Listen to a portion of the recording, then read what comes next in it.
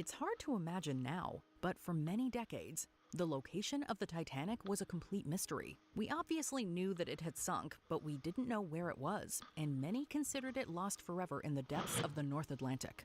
It's somewhat creepy knowing that a giant ship, the most famous ship in the world in its day, was out there somewhere rusting in the depths of the ocean. It wasn't until September 1985 that a team led by Dr. Robert Ballard found the ship using a robotic submersible named Argo and a state-of-the-art deep-sea camera system. The discovery reignited global interest in the Titanic and finally provided an answer to a global mystery that lasted 73 years. These shoes were also on the Titanic that night.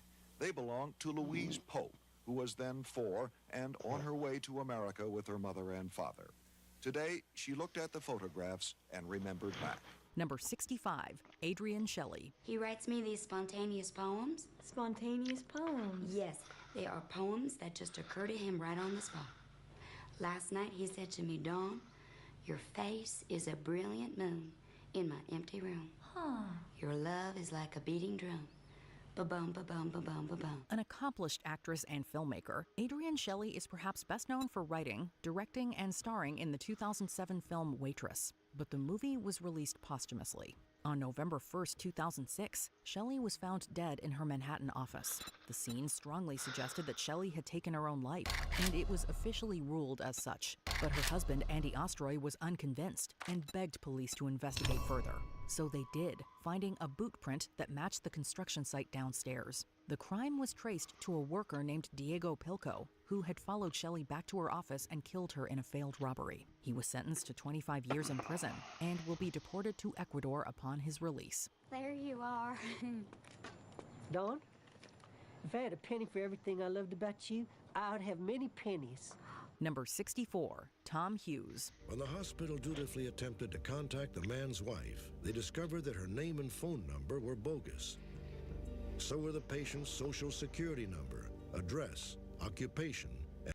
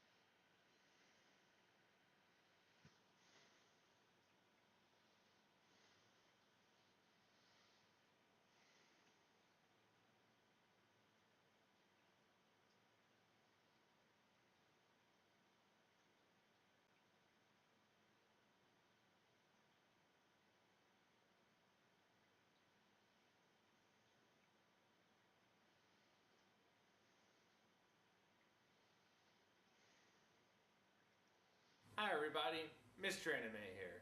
Welcome to Watch Mojo, and today we're exploring the most infamous times when fans of social media stars turned on them after the influencer's problematic behavior, crimes, or scandals came to light, leading to massive backlash. He loved making videos, he loved making people laugh, he loved the tension. SS Sniper Wolf. Rising to fame with gaming content, it was switching to reaction videos that led to drama for Elias Shelish, aka SS Sniper Wolf. Today we're gonna try not to laugh. She was criticized by several people, including Jack Douglas, who runs Jack's Films, for making money from other people's content without credit, sparking a feud. However, rather than keeping it online and lighthearted, Shelish went scorched earth. In 2023, she released a video showing where Douglas lived. In my 17 years on YouTube, I've never once had someone come to my home and vaguely threaten me. Outrage spread all over the internet, forcing Shelish to apologize for doxing. However, that didn't stop YouTube from demonetizing her channels. 2023 was also the year when Shelish's ex-husband, Evan Young, filed a lawsuit against her. He alleges she breached their contract after keeping income he believed he was entitled to for his contributions to their channels. Bro just doesn't want to work. Ever. Carolyn Calloway. With plans to be a published author, Carolyn Calloway Goshall made Calloway her last name, as she believed it would look better on books. She then documented her life on her Instagram, which led to her publishing deal. As much as I think of myself as a writer, it just so happens that I've found an audience for myself in a place where every time I want to share a piece of my story with them, I have to do it visually as well. Then, the scandals began to mount. Firstly, there was a book falling through in 2017, followed by the canceled workshop tour, which was compared to the infamous Fire Festival fiasco. Publicist in me knows that the correct thing to say is, you know, I overpromised and I underdelivered, and I'm sorry, but I did a great job. Yet, in 2019, it got worse when Calloway's former best friend, Natalie Beach, claimed that she'd ghostwritten some of Calloway's work and spoke about her ex-friend's toxic behavior. While Calloway tried to repair her reputation in 2023 with a new book, it also emerged that she'd lied on her application at Cambridge University. I really wanted fame. I wanted everyone to think I was perfect, and they did. But being famous didn't make me anywhere near as happy as I thought it would. Brittany Dawn. Barely into her career as a fitness influencer, the wheels fell off when Dawn offered bespoke workout plans and diets for clients. Alright, so I'm making my first meal. I have 3 slices of Ezekiel bread. I'm going to put some strawberries, blueberries, and avocado, and then I'm going to make some coffee. Part of the deal included Dawn checking in regularly. However, many clients began complaining that the plans were generic and that Dawn didn't contact them. I emailed and she never got back to me.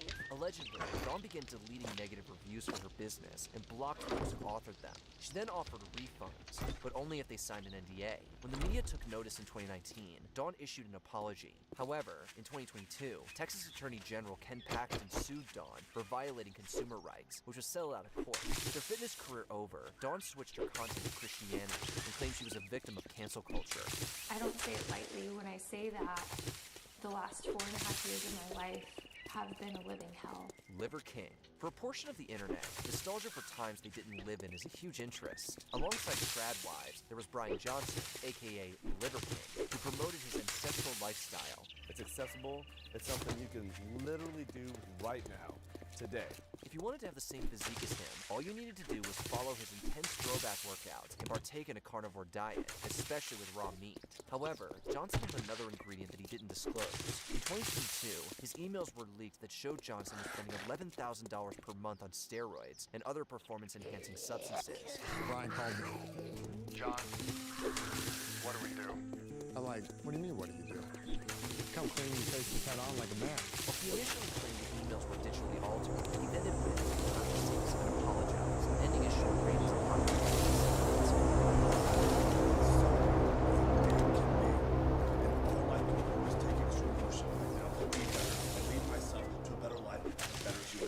Shane Dawson. Beginning his YouTube career in 2008, Dawson eventually rose to a star, earning him millions of subscribers. Hey guys, it's Rekt. However, since 2014, he's experienced several scandals that have severely dented his reputation. For example, Dawson has been heavily criticized for using racial slurs and donning blackface for videos. First moment. But this video is not me defending myself. Another time, he joked about assault and his past. With each apology from Dawson, the effect he hoped for became weaker. In 2020, an old video clip resurfaced where he made a crass joke about Willow Smith, who was a minor at the time, causing her family to publicly criticize him. Due to the mounting scandals, Target removed Dawson's books from its stores, and YouTube demonetized his channels. I don't ever want you to feel like I'm forced to do that. It's not what I want to do. Austin Jones, with his a cappella music. Jones enjoyed that popularity as he released covers, leading to him releasing several of his own albums.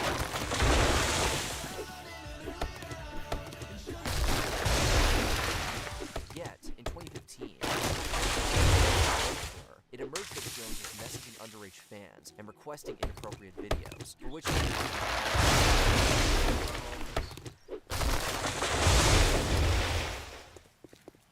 I really, truly am.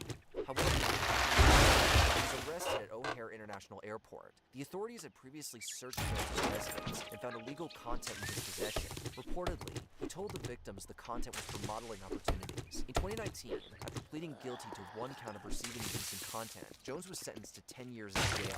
He will have to register as a sex offender for the rest of his life. Herman Loera. Alongside being a director of a marketing and design company, Loera ran a YouTube channel that offered motivational and business advice to his viewers.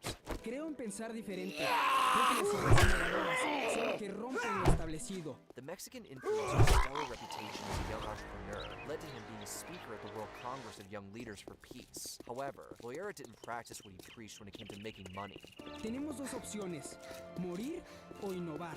In 2018, he reportedly led a criminal group that kidnapped a lawyer in Chihuahua, demanding a ransom of around $103,000 in Bitcoin for her return. However, after 2 days, the police managed to locate the gang and rescue the victim. In 2020, Loera was sentenced to 50 years in jail for his role in organizing the crime. Daddy-O5. In the search for fame and the money that comes with it, some will go way too far. We have made some terrible parenting decisions, and we just want to make things right. For Michael Martin's Daddy-O5 YouTube channel, the practical jokes involving his family got more and more extreme to bring in views. The uncomfortable content resulted in some of the children being legally removed and put into their biological mother's care. I'm glad I was not in the same room as Mike and Heather at the time they did that to my children. Yet, it got worse for Michael and his wife Heather in 2017, when they pleaded guilty via an Alford plea for child neglect, earning them 5 years of probation. The duo tried to sidestep the scandal by creating other channels, including Mommy-O5, which was later renamed Family-O5. However, the continued problematic content and probation issues resulted in the Martins' channels being eliminated from YouTube. I was happy it was finally taken down. Thought it was disgusting how they kept going, making more videos. J Station. While he'd been involved in multiple scandals before, all of that was forgotten in 2020 when Jason Ethier, also known as J Station, announced that his partner, fellow YouTuber Alexia Morano, had passed away after a car accident. Last night, we lost Alexia.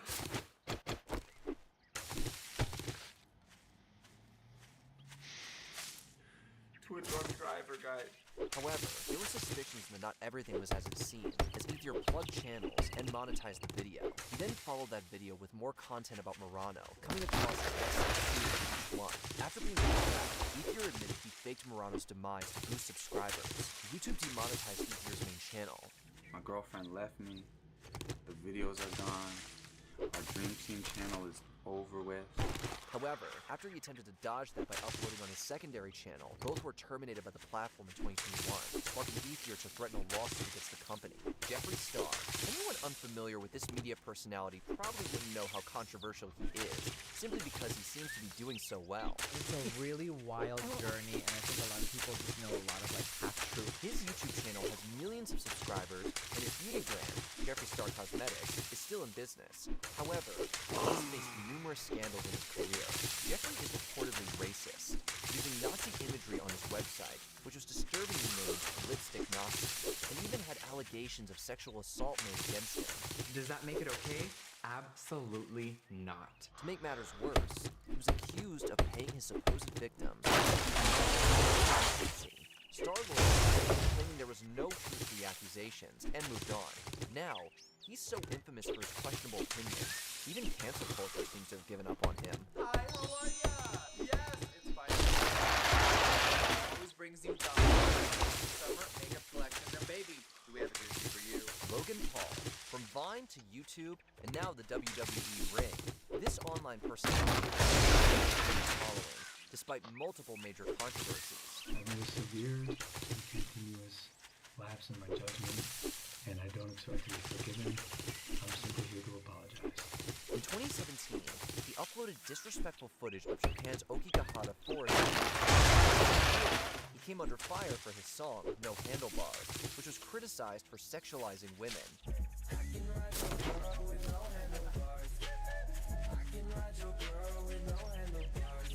After a few relatively quiet years, he blew up again in 2023 when he was accused of fraud over a game he co-founded called Crypto Zoo. Paul's brother Jake doesn't exactly have a clean reputation either. He's been accused of racism, sexual assault, scams, and was openly a COVID-19 denier. Yet, the Paul brothers' popularity is showing no signs of slowing down. Still, I'm the Maverick, bro. Like, to this day, like that's my brand. Micah and James Stauffer. Family vlogging is one of the most popular niches on YouTube. Hi guys, and welcome back to my channel. Today, Jim and I have a very big surprise Stauffer rose to prominence on the platform through their family vlogs.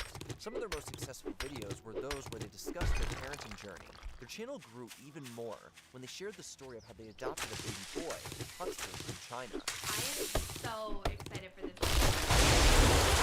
A picture of my new son, which is awesome. However, after a short time, Huxley had been rehomed by the Stauffers. The couple claimed that they couldn't adequately care for the child, who was on the autism spectrum. Subscribers immediately turned on the family, accusing them of adopting the kid for cash and clout. My friend James has since left YouTube, while Huxley, who now has another name, is in a better place. Want to believe that it's real, that she really did have a connection with him. James Charles, this beauty YouTuber, due to repeated controversies. First, he was accused of making advances toward a heterosexual man by his close friend Toddy Westbrook. Hey you guys, welcome to today's video. Obviously from the title you know that this is going to be intense, different, and this is absolutely not a video I ever thought in a million years that I would be making. Although the tide turned in his favor eventually, more serious allegations followed. Several underage male accusers claimed James had sent them inappropriate messages and photos. The MUA took responsibility for 2 of those accusations, but emphasized that he didn't know the boys involved were minors. I will not ask for sympathy, and I will definitely not ask for forgiveness either, but I will ask that you watch this entire thing all the way through before forming any further opinions or talking about the story more. One of his alleged victims admitted that he had lied to James about being 18. Just when things were looking up for the creator, he got involved with influencer Evan Johnson, who was arrested in April 2025 for domestic assault. James denied having a relationship with him, but lost followers nonetheless. With those blessings come a lot of people that see those blessings as an opportunity for themselves to either come up or get financial gain or get followers or attention or take me down with that, which has been something. Belle Gibson.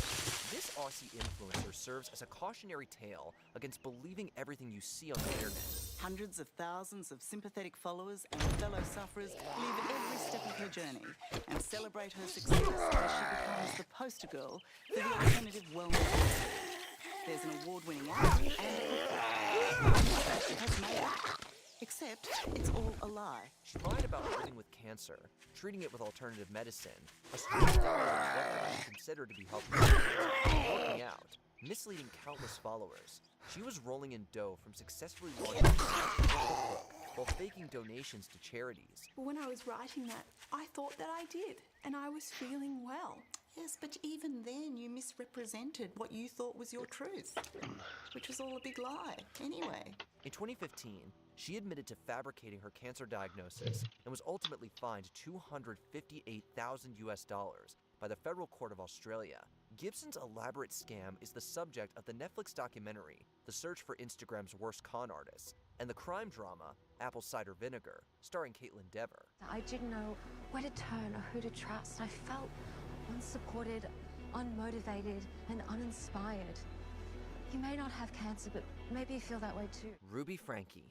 The infamous creator of the 8 Passengers YouTube channel is another toxic product of the family vlogging culture. Ruby Franke. Ironically, she'd been a high-flying Mormon momfluencer, attracting 2.5 million followers on her YouTube channel, 8 Passengers. Ruby's personal brand built around tough love. Ruby Franke's entire claim to fame was her family of 6 children.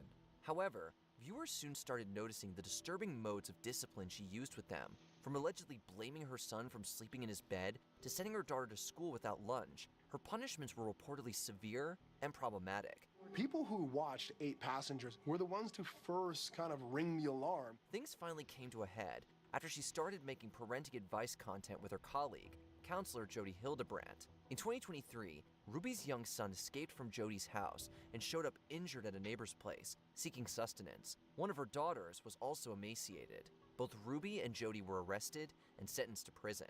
Frank told the judge she would not argue for a shorter sentence. She says she was under the influence of her business partner, Jody Hildebrandt. Colleen Ballinger. This creator built her empire on young fans' support and went on to be accused of behaving inappropriately with minors. Recently, some things have come up that I feel like I need to address, and so I just wanted to sit down and have an honest conversation with you and address everything at once.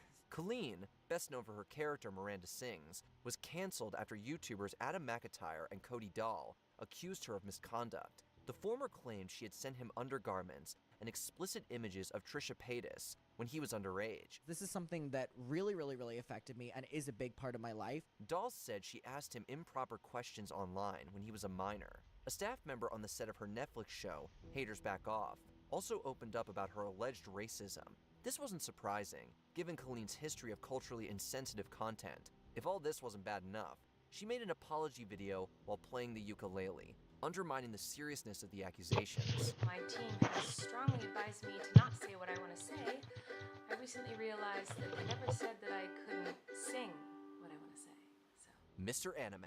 When YouTube was still in its infancy, Trey Sessler, aka Mr. Anime, created his channel Lenscap Productions in 2006. Now the tone is lighthearted and the tone is good. With a focus on short films and anime reviews, he's been credited for helping turn the latter into a community on the platform. However, in 2012, Sessler began alluding to something he was going to do. Soon after, he took the lives of his mother, father, and brother at their home in Waller, Texas. It was a horror scene inside this house, detectives say, but this could have been only the beginning. Sessler then drove to the nearby high school, where he was once a student, armed with multiple weapons. Yet, after having second thoughts about the violence he planned, he drove to a friend's place. In 2012, Sessler pleaded guilty to the murders, earning him life in jail without parole. Is there justice in a case like this?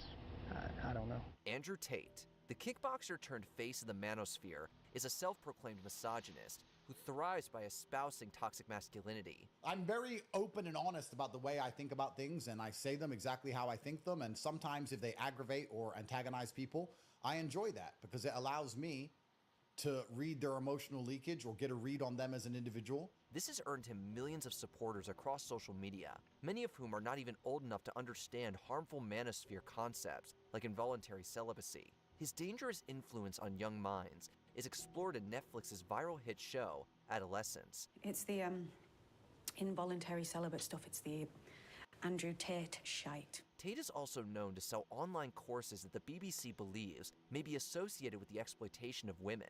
In 2022, he was arrested in Romania and later charged with alleged sexual assault, trafficking, and organized criminal activities. Meanwhile, police are looking into whether his purported victims were minors. He's facing similar legal charges in the UK and the US. Shockingly, Tate's popularity is hardly fading. Once again, what does it matter what I think?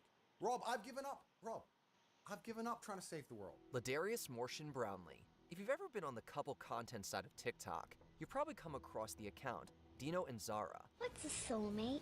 It's it's like a best friend, but more. The pair running it, Ladarius Mortian Brownlee and his girlfriend, Saida Hashimi, had a considerable fan base who adored their seemingly perfect relationship. However, that illusion was shattered when Brownlee was reportedly arrested for shooting Hashimi after an argument turned physical. The affidavit says Brownlee confessed. First on a 911 call, and then to investigators. Luckily, she survived, but allegedly sustained a traumatic brain injury. Ladarius claimed their relationship had always been abusive and seemingly admitted to shooting her, according to reports. Not long after the incident, social media was abuzz with speculation that the two had gotten back together.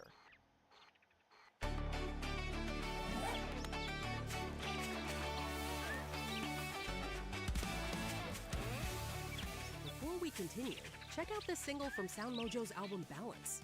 Classical music reimagined as rock, hard rock, and metal. Check out the full track and album below.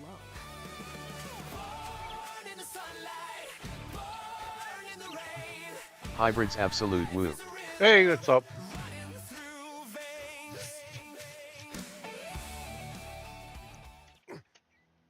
Ali Abdullah. This influencer went from comedy on the Clock app to life in prison. Ali Abulaba, husband, father, TikTok star, and also accused of double murder. Ali Abdullah, also known as Jin Kid, shot his wife Anna and her friend, Rayburn Cardenas Barron, to death. How's it going today? His abusive behavior toward Anna was public knowledge, as it was often seen on his live streams. God damn. How those videos even earned views without raising red flags is a different question entirely. He just became super jealous because his wife was going out with friends and he wasn't involved, and he wanted to control her. He wanted to know what she was doing every time of the day. Abdullah was found guilty of the deaths of both Anna and Rayburn. but the judge doubted whether he was ever recruited. The criminal maintained that he had substances in his system when he committed the heinous act, calling it a crime of passion. Hybrids absolute. I threw up last night, got barely any sleep. Damn, you alright? The line here is he will die in prison. He will never be a free man. Did you follow any of the people we mentioned in the video before their scandals came to light? Let us know below.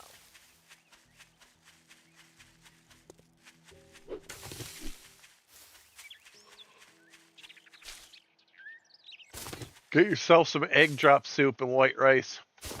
That's usually what I eat when I'm sick. What's your favorite Ahsoka moment? Are you looking forward to the live-action series?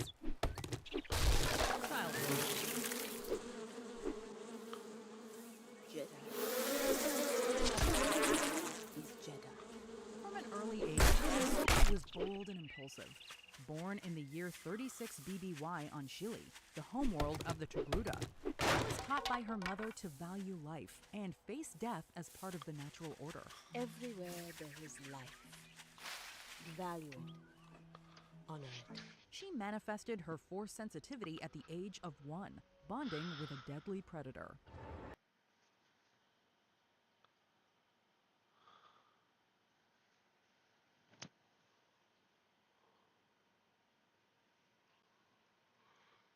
Institutionalize him immediately. That dude is definitely has a rat suit. Let's be real. Yeah, that's what you gotta do. Uh-huh. That's what you better do. Yeah, yeah, yeah. You don't want no drama with me, man. I'll come in your face. Yep. Get him out. We don't need to play this game. Put my speaker But down. if I call this guy a monkey, I'm racist. Do you understand how unfair society is? Isn't it crazy how easy this problem would be to solve? And we don't do it. We have a button to fix everything easy button, and we refuse to push the fucking button. All right, and this is what society looks like, especially in places like LA.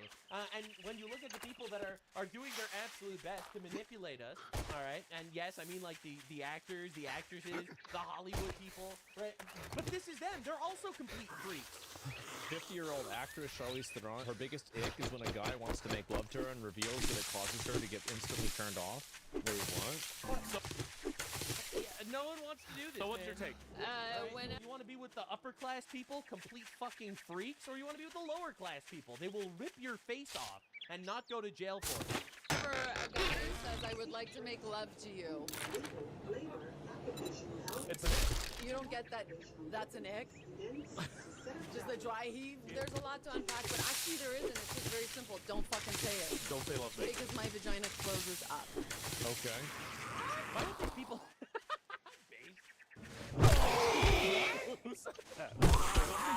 All the ladies know what I'm talking about. What is it about the word lovemaking that is such a turnoff? I don't want you to make anything with me. I want you to do something with me. Yeah, listen. Women be like, we need to consent to every single move you make, even after we're already in a relationship. Also, women be like... That's right. Ultimately, they want men. Doing their best to... We have no men anymore. The only actual men married, largely religious, traditional men that don't actually want to sleep around with every whore on the street. Do it. Like, well, don't say that either. That's Hybrids absolute. It sucks. I hated being sick. So this is why everything... Yeah, being sick sucks. This really pretty lady who's an actor... But I hardly ever get sick. This, just do it, but then if you don't say anything, you aren't obtaining consent. So you should also have to get consent. It's like you don't even really know what you want, so how can you expect somebody else to? Because ultimately men should be the ultimate decision makers in society, and inherently women actually want that. Women ultimately want strong men in their life. Women want strong men to their country. That's what they want. However, they are manipulated and groomed into thinking that actually that means that they're weak and lazy. So on the low rungs of society, you have this fucking shit that you have to live with. In the high rungs of society, you have this fucking shit that you have to live with. And LA looks like it's going to be electing a Republican mayor right now. This is a MAGA Republican's idea of what Los Angeles looks like. This is good. Really not. Spencer Pratt is a man on a mission. That's As right. allowed his house to be burned down. Campaign for mayor. He's like, your policy burnt my house down, and I am going to burn down your career. That's my guy. As it's a revenge tour. As at LA's debate for mayor, Spencer went right into Bass's failures during the Orson fires. So fucking awesome. God, strong men. Strong men build society and civilization, and strong men are going to save our country. They burned down the city. To the Mayor Karen Bass's, the 1,000 firefighters that were available, but there was no engines for them because of the $17 million that Chief Crowley had asked the mayor for 9 weeks before, and Mayor Karen Bass denied it. This is a nice way of him to say you were a useless, pathetic bitch. She drained both of these reservoirs that these firefighters needed. You're a one-legged man on an ass-kicking team. God, this is the GOAT. This is like the GOAT. This guy's John Wicking all of Los Angeles right now, and he's winning. 6 hours, they didn't go above 27 miles per hour. He's saying several things that are completely inaccurate. First of all, there was one reservoir that was out of commission. So the winds reached close to 100 miles an hour. Only half the water was missing, not all the water. And the planes were unable to fly. So if there were reservoirs, if that reservoir had been open, it would not have worked. She's an incredible liar. Everyone on their phones, Google it. 40 weather stations in the Pacific Palisades. It never went above 40 miles per hour. She is referencing the Altadena fire. I have to interrupt you. Now, of course, the moderator. I have to interrupt you. I like that. I have to interrupt you. Will step in to assist the establishment candidates, but it just highlights how desperate they are to dispel. By the way, this is democracy. All right, every leftoid screams about democracy. Democracy is when the civilian is like, I'm fucking tired of this shit, and rallies the civilians behind him and overthrows the establishment. That is true democracy. And this moderator, this allegedly neutral party, interrupting him to run defense for the establishment candidate, that is a threat to democracy.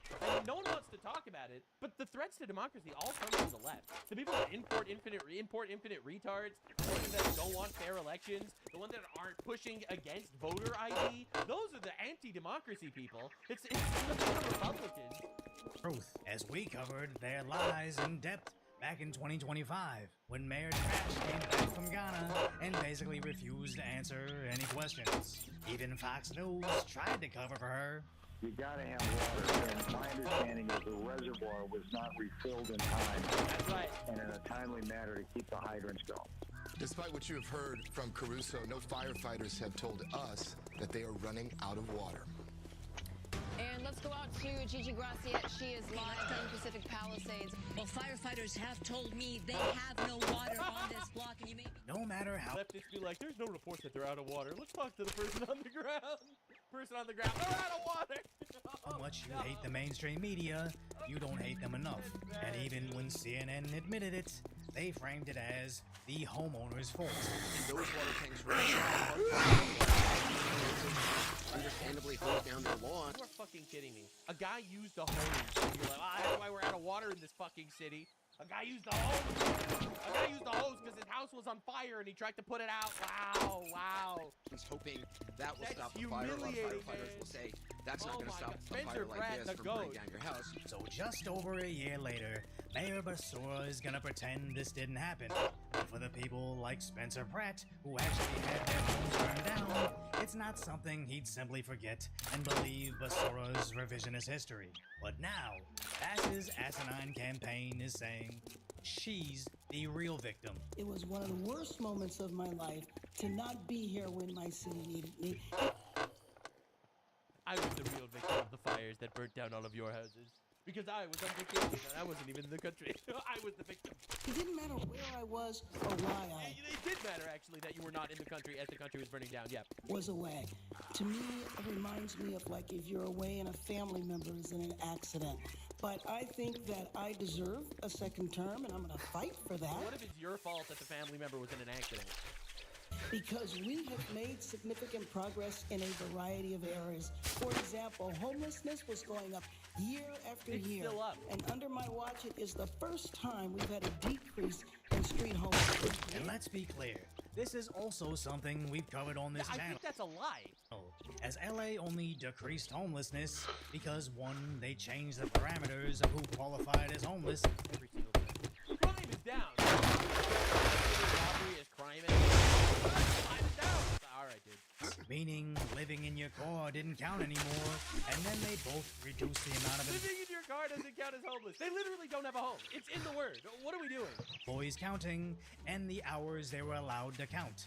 Do you feel like, based on what you're seeing, that we have an accurate count or idea of how many homeless live within the county of Los Angeles? Oh my God. The only numbers that got counted were the night counts, which the night counts were pretty much zeros.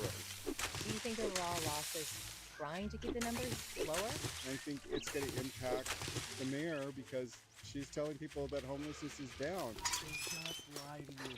They use words to control you. But If you want some, well, look here, boys. We got ourselves a real-life hero, and now he wants to be paid. Ending homelessness is in LA. Over 6 of them Don't test my die patience. every single It's day. thinner As than your Mayor wallet. We fucking culled the homeless. Homelessness is down, and all it took was us unleashing pestilence upon their camps. Huge W for LA. Let's go. Basura's rampant drug problem has somehow been rebranded as a win for homelessness. But at least Spencer actually knows what's ailing Los Angeles. They are on super meth. They are on fentanyl. The DEA statistic says 93% of this is a drug addiction problem. Councilwoman Robbins. That's actually true, by the way. A lot of people don't know this. Homelessness is almost always not because of financial problems and almost always because of drug addiction problems. This obviously it's not every single time, but this is the majority of cases. They'll ask homeless people, like, why are you homeless? And they'll talk about the drugs and shit. Plan for treatment first. I will go below the Harbor Freeway tomorrow with her, and we can find some of these people she's going to offer treatment for. She's going to get stabbed in the neck. These people do not Shit, want a man. I bed. treat They you want that fentanyl good, or and you super don't meth. even These ideas fucking tip cost me. us over $400 million to house 70, what is it, 3,000 people for $400 million is an absolute failure for both of them. As a homeless industrial complex is real, why would the literally, you burnt me down and I will burn you down. Democrats solve any of this mass suffering in their city when they can just endlessly collect blank checks to fight it? But the only thing worse than a corrupt mayor is someone that wants to be a corrupt mayor. Do you support the ordinance that restricts encampments in front of schools or daycare centers? Mayor Bass, I'm going to start with you. Yes, or no? Ms. Rahman, yes or no? I support keeping our streets safe. I did vote against the structure of this particular ordinance. And it is because, at its best, It's a yes or no. it does not, the way this ordinance was structured, It's it no. does, Yes or no? it does not keep, it does not keep our It's hilarious to see a simple question a word salad, but the sad fact is, she can't simply say no. As Spencer shows, homelessness is her cash cow. That's right. You know how homelessness is a business. Nithya, Manchurian candidate, laundered taxpayer money God, I love into this her guy. own This guy's incredible. this nonprofit. Well, both she and Karen Bass. I love how his entire campaign is just purely driven on pure and utter rage and spite and fun. Would love for you to forget the Shelby fraud. When Stephen Taylor bought a property for $11 million and then just a few years later, he was able to flip it to an LA nonprofit for $27.3 billion. Karen Basura apparently even called the developer personally begging for the property. And despite the developer being arrested and an ongoing federal investigation, Ram Manchurian and the LA City Council still support the project. It's like these shady politicians don't see their citizens' problems as issues to fix, but opportunities to make themselves rich. As the primary, if not only reason I moved out of Los Angeles 2 years ago was the continuous rampant rise in crime, while Spencer wants to spend money to solve it. What is your strategy for getting more people, recruiting more officers? I'm going to bring hiring back. Right now, the LAPD is hired by the same people that hire sanitation, and we need to bring it back like it was God damn it. 20+ years ago. This idea that Councilwoman Rahman keeps saying that the police department is overfunded, public safety should be our #1 priority. Rahman wants to sell you some silly socialist fantasy. The safety of people in Los Angeles is... I love how we import foreigners and they literally only fucking have campaigns that benefit foreigners. But not the actual, native population that's getting stabbed. And by native population, I obviously mean the white Europeans that built the country. That's the natives. So, that's the Native Americans. And the foreigners, they come in, like the people from, India or Pakistan or whatever the fuck, wherever. And she's gonna be pushing this shit. Sorry, man. Sorry. No, we don't want you to be running defense for the illegals, and we actually do want to be protecting the natives. This is crazy. Absolutely essential. But that's why I think we have to start getting honest with people about how they're actually going to respond. So many calls that are coming into LAPD do not require armed officer response. Hold the phone police and replace them with social workers has never worked, especially in the same city that already tried it. They replaced the actual police with these unarmed Metro ambassadors who just sit there and get assaulted.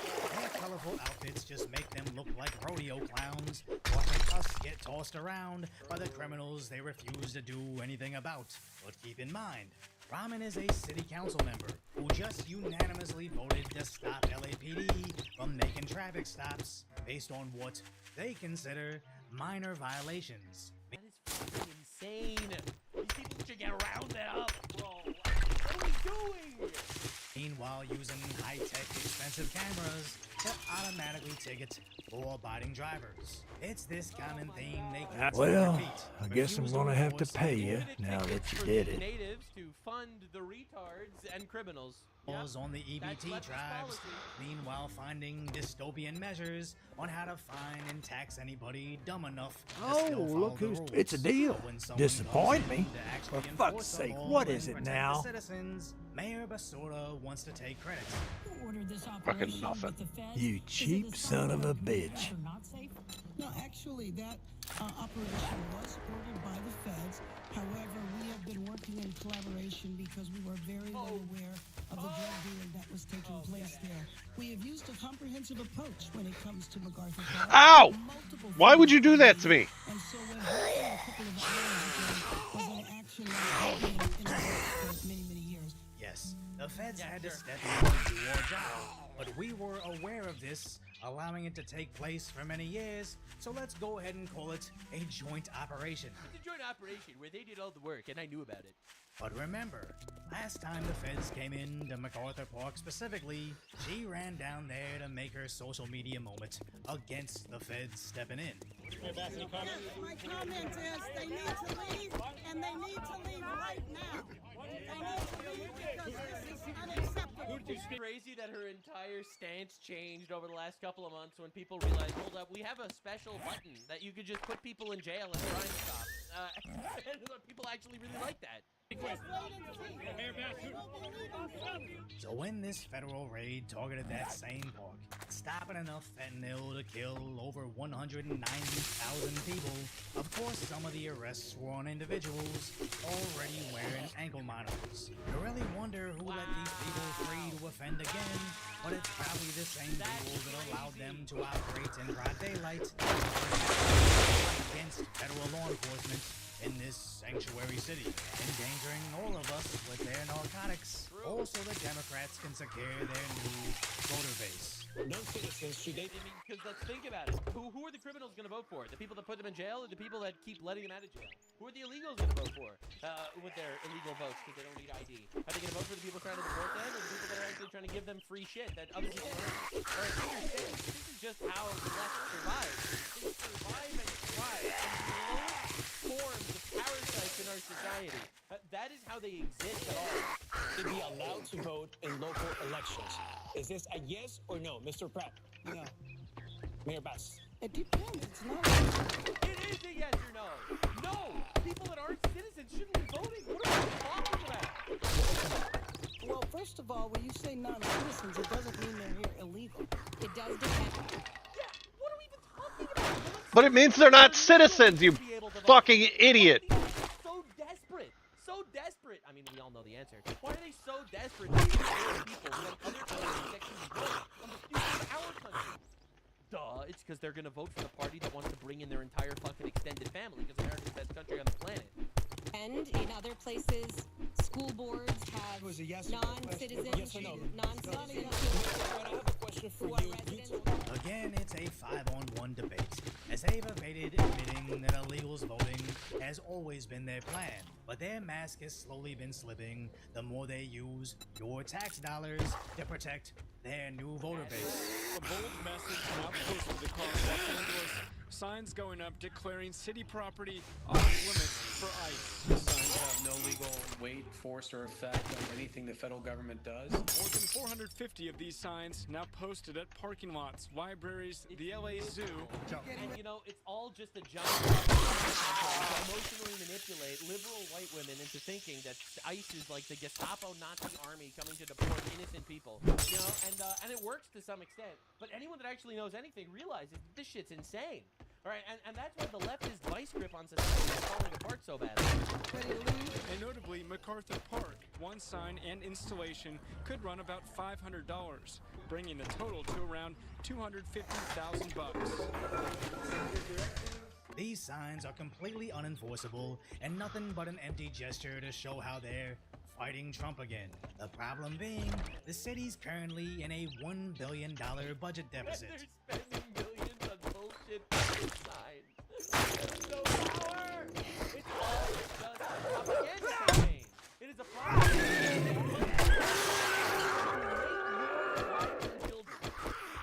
the retards that will destroy your civilization, funded by you. Understand how brutal this is.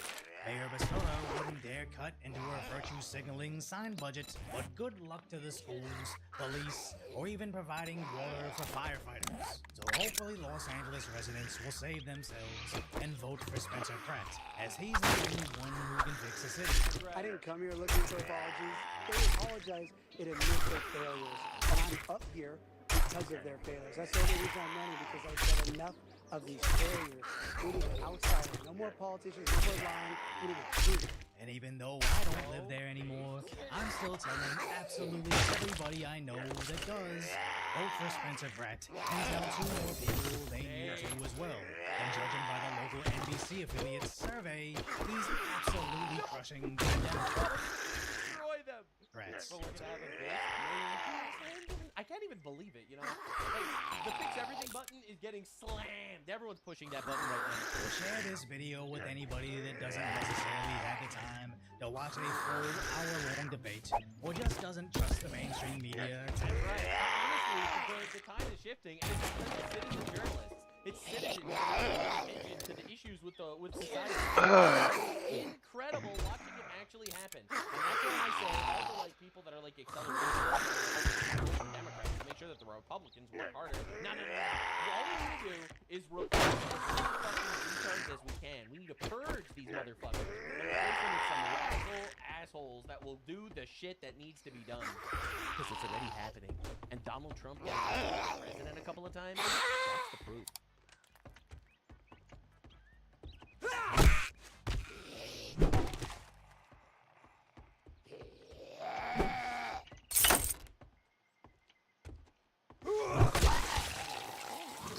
So he said he was going to his friend's house to play video games. I don't know the exact time. This woman is in the midst of lying to police. Just hours ago, she brutally murdered her son Gannon, hid his body in the basement, and called 911 to report him missing. Officers at the scene have no idea what they walked into, and they will quickly find themselves entangled in this killer's twisted lies. Is there anybody down here? No. No. So then when I get downstairs, he had one of the guns. I was terrified. He asked me to give him a suitcase. Is Gannon in a dumpster? No. You didn't hurt Gannon? Did you kill Gannon? No. But this was just the beginning of her lies. Why would I hurt our child? I had everything in the world. I have no motive. So tell me where he is and let me help you. I don't know where he is. All I can tell you is I do not hurt him.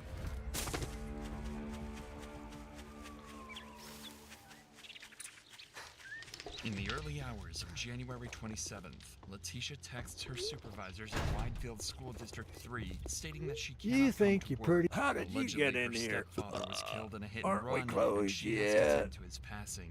Nearly 6 hours later, at 9:56 a.m., Letitia sends another text to her employer. Let's get this time, over She with. states that Gannon is sick and she needs to stay home. However, just 20 minutes later, at 10:16 a.m., a neighbor's surveillance camera captures Letitia. Hybrids and Gannon absolute. entering I their think red it was the Nissan Olive Frontier Garden I had and for driving dinner. It was away. too heavy. During this time, Letitia would visit a Petco on Nevada Olive Avenue Garden's instead poison of to visiting begin a with. doctor to treat her No allegedly sick refunds. son. By Deals 2 done. p.m., Well, both look here, Gannon and boys. Letitia We returned got ourselves home. a real But life hero. something was And now off. he wants Not to only be did Letitia paid. purchase cleaning supplies moments after their return, but backed Hey, all the jerk. way into her You driveway. can't say I'm According not to family and surprised. friends, Letitia never Good backed luck, up all the kid. way into the driveway. But for now, only one credible conclusion can be made. The only person last in contact with Gannon was his own stepmother. And oddly enough, she would report him to be missing 5 hours later at 7 p.m. My son was supposed to be on at 6 o'clock, and it's almost 7. And we went to, like, all his friends' house. He said he was going to be at his friend's house, and they said he wasn't there, and the other one said he never came there. So I don't know any other people to call and ask. And I talked to my husband, so I told him I had to call you guys as fast as I could because I don't know anyone else here that he could be. He's only 11. With this call, officers rushed to Letitia's home in an attempt to gather as much information as possible, because every single second, Gannon's trail gets colder. Did he take his bike? No. Okay, because somebody saw a little kid on a bike. They posted it, but I didn't know if he brought it. Well, he didn't, unless he took it sooner and brought it back because Lena ends up getting the bike. Blue And he and never. black. They thought he was at his friend's house. He's like, Yeah, there's "Hey, he never one went to his picture friend's someone house." sent he was Hybrids off. absolute. And I went from badly sweating to being very For cold. someone who just realized their son is missing, Food poisoning. Letitia is strangely calm. Not only that, she states with her initial alibi that Gannon was visiting her friend, which is clearly a lie, as Gannon never left the home after his return. Undoubtedly, something is very wrong here. But for these officers, Letitia is nothing more than a concerned mother as they continue to search her home. Okay, because you weren't in here in the beginning, right? I didn't know if I had that box cutter and all that stuff in there because I told him about he dropped it to you last night. Oh, okay. And I thought that was the big deal. I was just making sure I didn't want you to be like, oh, there's a box cutter. But yeah, I had to cut this, and I told them I wasn't even going to tell Dad, and I was going to figure out a way to put this in there from the situation, but. At least you got a carpet. Right, I just took it and like covered up with the carpet and stuff like that. But Does he have any friends around here? There is a. Let me look on this thing. He did have this one, like boat thing. That's where you're supposed to be at down the road. But they checked that already? They went over there and watched it, and they're like, no, we hadn't seen him at all. Oh, okay. He did have this like Hybrids absolute. I had a scrambled egg with cheeses and a Propel water for breakfast. I already can keep that down right now. So they come over. The people here, the friends, they were just the ones that were the door with the bike. Okay. They came over. A bunch of people came over. Keep in mind that Yeah, I officers usually have not do yet completed egg their drop house soup and search. white They've rice only when I gone get through the sick. home superficially. Yet, oddly, Mostly Letitia because has it doesn't tried her hurt when best you to throw keep it up. restrained to two sections of the house: the living room, where there is a burnt piece of carpet, and Gannon's room.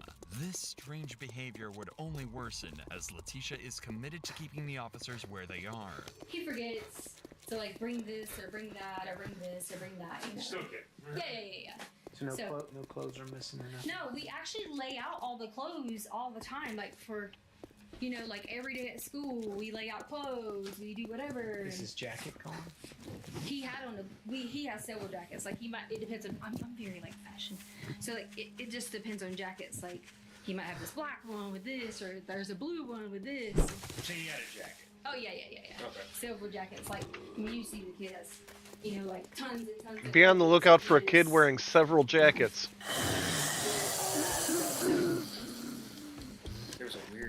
text the dead guy about something about bath salts. And, hey, if you if I can get some bath salts, do we have any bath salts?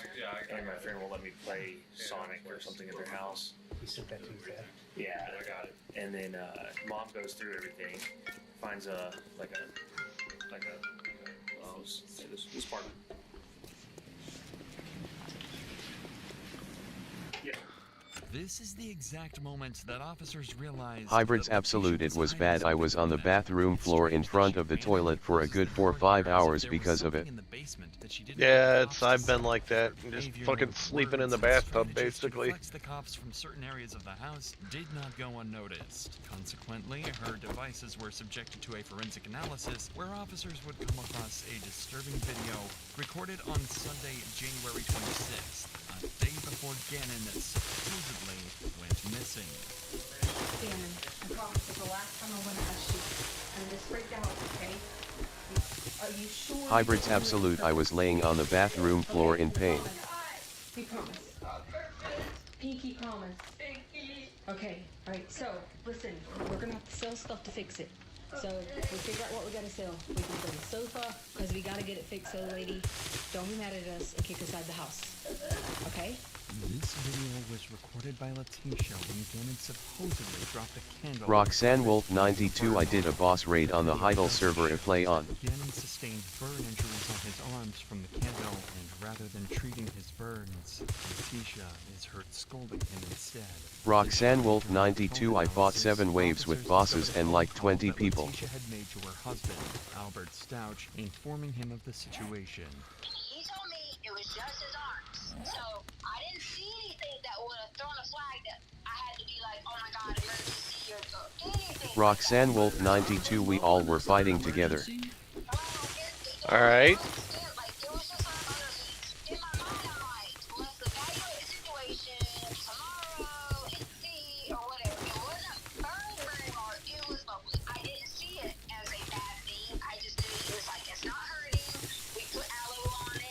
Hybrids absolute, people still play Heidel. I thought that game was dying.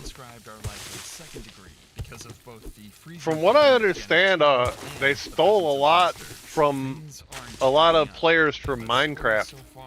I guess Hightail's better than Minecraft. However, officers need to verify what really happened, as it was after this incident that Gannon disappeared. That's why on January 30th, 3 days after Gannon's disappearance, Letitia was called in for an interview so detectives could understand the circumstances surrounding the situation.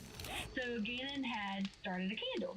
Again, normal. He's very responsible in terms of if you give him something and say do this, and this, like a list to prepare, he's fine. So we let him, do things like that. So I didn't see a problem with him, light a candle, whatever.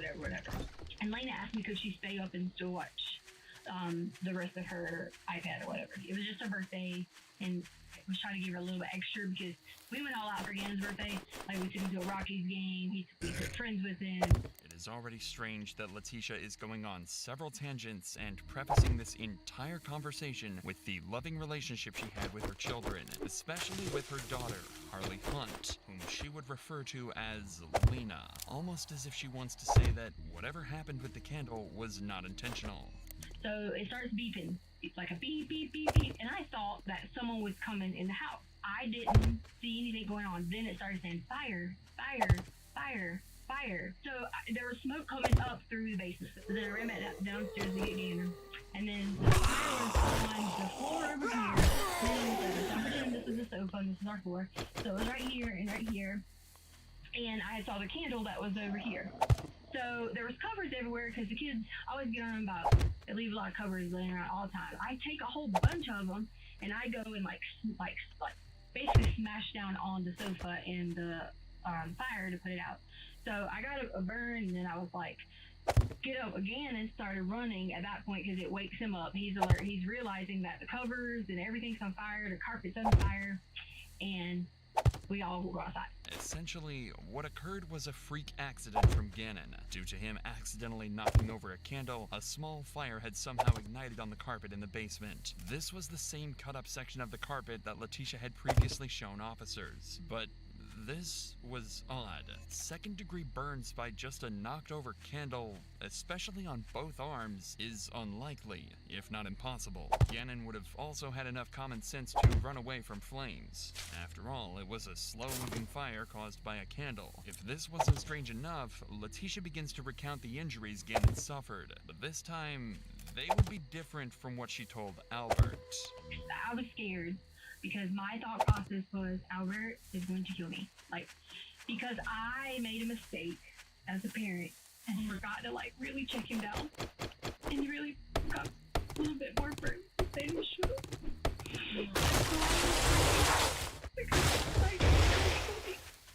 And Gannon was like, it's okay, like there was blood, and like he had on his arm, and as it was healing, and I should have called. What did he have blood at? I should have called the hospital and just asked, you know, I don't know enough about burns, but I should have called the hospital and just asked, like, I made a mistake. To quote, Letitia just said more than he should have, and secondly, implied that Gannon was somehow bleeding because of burns. An apparent contradiction to what she told Albert. More importantly, this was a massive slip-up by Letitia, and detectives suspect that this fire wasn't a simple mistake. However, there is no way to confirm this situation as of now, but there is one conclusion that officers can make. Letitia is lying. When a suspect is guilty, they often make major changes to alibis, as opposed to someone who is innocent and has little variation in their story. In Letitia's case, she changes major details about the candle incident, especially her response, which was recorded on her phone, which sets off a series of red flags for the detectives, as they now believe that she might go as far as changing her original alibi about Gannon's disappearance too, and begin to question her about it. If this assumption turns out to be true, there is a high likelihood that Letitia is withholding even more crucial information. He goes in through the garage, I go in, I'm getting ready to gather up the things, stuff like that. As we got inside, I heard something, but I didn't think anything about it, because I thought, you know, maybe Gannon was like doing something, maybe we were like doing whatever. And the guy was in there. And I gave him the clue. The guy from the... Yeah, it's all my fault, because I gave him a code to get the carpet. And then when I walked downstairs, I hear something again. So at that point in time, Gannon was on the sofa, and I saw him, and I heard something again, and I walked on around. He was standing in there. He had on gloves. In the storage closet? Yes. Okay. He had one of the guns. Okay. I was terrified. Okay. So I was terrified. And then he just knocked me down and like tore Gannon through. And he was hitting on me. It was like hard, like on the ground. Okay. He was trying to break me. Exactly as predicted, Letitia's alibi has changed from Gannon visiting a friend's house to having an intruder break into her home. But this would only be the start of her outrageous lies as, according to her, confrontation with this stranger escalates. And I'm like pleading and like talking and like all these things going on. Like just back and forth with him, and why are you doing this? Why did you hurt us? Why are you doing these things? And then he was like on top of me again. And then I kind of lied out again because he was hitting my head again. Really? And then, yes, and then he was like, he asked me to give him a suitcase. And I gave him a brown suitcase. And then he hit me on the head again. And I was like, right here. He just kept like hitting me right there like that. Okay. And so then he did that, and then I blacked out again. I was having panic attacks. And then I don't know what happened from there. I really don't. I don't know. I just know that I did lie. I did.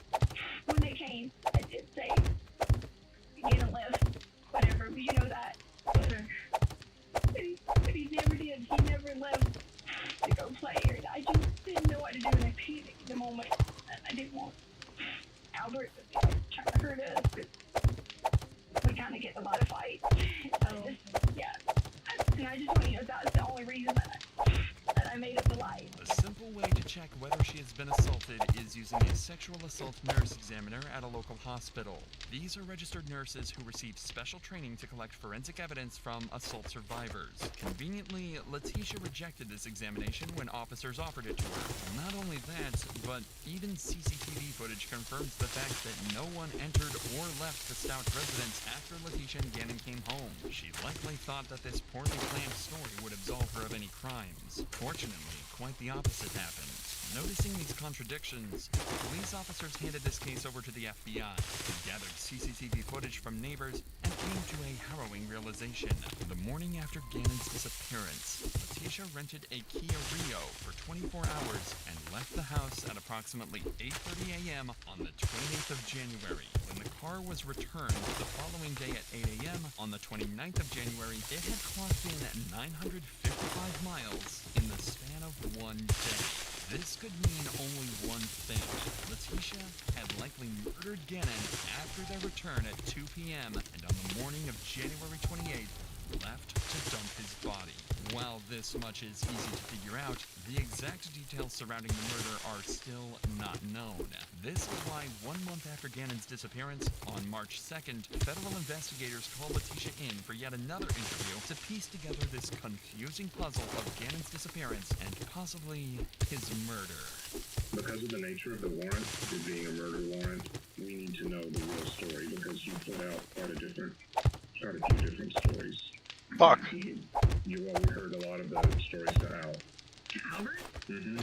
The reason I already knew someone was listening to him, but because of him not ever being supportive, and I tried originally to talk to him when he first got there, that was the only reason I said those things to him, was just because I was out of anger and out of hurt and not being able to have support. It was nothing to do with me saying those things to him was just being what is the word you want to call it? Selfish or facetious or whatever you want to call it. I did have originally initial different thoughts on certain things, and that was me trying to basically read him and try to figure the situations out. So I understand that you may have heard those or whatever you may have heard, and that's okay because that totally was not. What Letitia is referring to hearing are rumors about the friction between her and Albert. Since he was a National Guard, Albert was rarely home, and Letitia felt he gave little attention to her. This had resulted in instability in their relationship, which Letitia initially denies as being small apprehensions she felt about him. However, when the officer confronts her about odd searches on her phone, she goes into a state of absolute panic. You know, in here I even have what you entered in your phone. The stuff that you've entered and deleted, blood is spurting from an arterial bleed, direct pressure not controlling. What? I didn't look this up. It's from your phone. Blood is what? Spurting from an arterial bleed. No. Somebody did from your phone. I don't like my stepson. No. I don't like my stepson. Should I get a divorce? I'll stalk cheating. I'll stalk Instagram. I'll stalk cheating in Colorado Springs. How to get blood out of sheets. Out of sheets? Mm-hmm. I want immunity. Oh, the blood out of sheets was because we always had always nosebleed. If I ever looked up blood out of sheets, it was nosebleed. And I figured it might be something. I didn't ever look up anything about artery or something unless it went from something else. It's on your phone. And I never looked up anything about my stepson unless someone else did. The searches that the investigator just named would only be a few of the 34 searches that Letitia made between the 25th and the 28th of January, which is the exact time frame that Gannon went missing. Conveniently, she would have an excuse for every single one of them. The reason I brought up gangs is you looked up, I want immunity because it was gang related. And this sounds like, find me a new husband, find me a rich guy who wants to take care of his kids. The new husband is just because Albert already knew that was about the lady Debbie Sherrill who wanted to find a new husband after 35 or something. He picked me about Amazon. And a lot of these can have nothing to do with this. It doesn't. I get it. I'm doing all the work for my stepkids and their mom doesn't help. Oh, that bothers me. Yeah. Yeah, I don't blame Oh, yes, because I wanted them to be mine. One day, some people will wish they treated you differently, which I get that. Parenting should be for people, not one. As a societal person might say, I mean, these make me very sad when I read them because I can see you're doing all the work at home by yourself. All right, hang on. I gotta run to the bathroom. Like, I wanted to totally have the kids as my children. That's the point you're not getting. Like, I wanted those kids to be saying to me that I'm their mom. Right. Like, I'm the person who does that, cares for them, loves them, everything. If these were not incriminating enough, investigators also found 12 deleted search terms in Letitia's iPhone, all of which pertaining to her wanting to find a new husband and being sick of being with Albert. What do you do if you suspect a person swallowed poison? Did somebody actually swallow poison? Poison? I don't know. I always click things and read them. No one Did somebody swallow it? No one swallowed any poison. Okay. You will never forgive me and treat me like a princess. You'll never know when it's too late. Oh yeah, I mean, I always search for things when Albert was gone. What is an Alford plea? Did you figure out what an Alford plea was? Alford plea? Yeah. I think someone asked me that and I probably searched it. Do you know what it is? Yeah. Do you remember? What did you remember? I don't remember. I just remember something. Because someone was writing that online. So if anyone wrote something online, I looked it up. Just like the other day, someone wrote something about FBI coming or something, and if I see something online, I always Google. Usually when a suspect undergoes a criminal trial and is found guilty of a crime, they are given a maximum sentence. However, there is a legal loophole to avoid this. If a suspect pleads guilty, yet remains adamant that they are innocent, then they are not given a maximum punishment. Instead, they are given a known punishment for a crime. This is known as the Alford plea. But as always, Letitia has a complete story for a search as incriminating as this, and continues deflecting any and all evidence. Because of this cathartic behavior, the detective decides to reroute the conversation elsewhere. A preliminary investigation of the house found blood splotches covering the rear of the truck, Gannon's living space, and even the cut-up carpet. I've seen the markers from the spray. The spray went from the bed all the way up here. Well, you had to clean it up. I don't know anything about that. It comes from aspirated blood. Okay. Do you know what that means? No. It means that he didn't accidentally do it. Okay. Whatever. So that's what we were waiting on for the warrants, because somebody struck Gannon in the bed. If someone struck Gannon in the bed, thank God we were all drugged then. If that's what you're saying happened. Well, then can you tell me how that blood got on the wall? Sure. That's Gannon's blood on the wall. Okay, well, I guess so if you think you have all the answers, then... You're making me guess. I'm not. You've got the answers. I'm not making you guess here. It doesn't look like it does on TV. Have you ever watched Criminal Minds or Profiles? I don't watch any of that stuff, because I don't do bad things to people. You know, good people watch those shows. I don't do any of that. I don't do bad things to people. Right now, you're the last person with Gannon. I don't do bad things to people. I don't think you do bad things to people. I don't do bad things to anyone, and I didn't do anything bad to Gannon. I think something bad happened to Gannon, and I don't know of a way to get you to tell me about it. When Gannon returned home on the 27th of January, a doorbell camera had captured audio of neighborhood dogs being sent into a frenzy by what appeared to be Gannon screaming.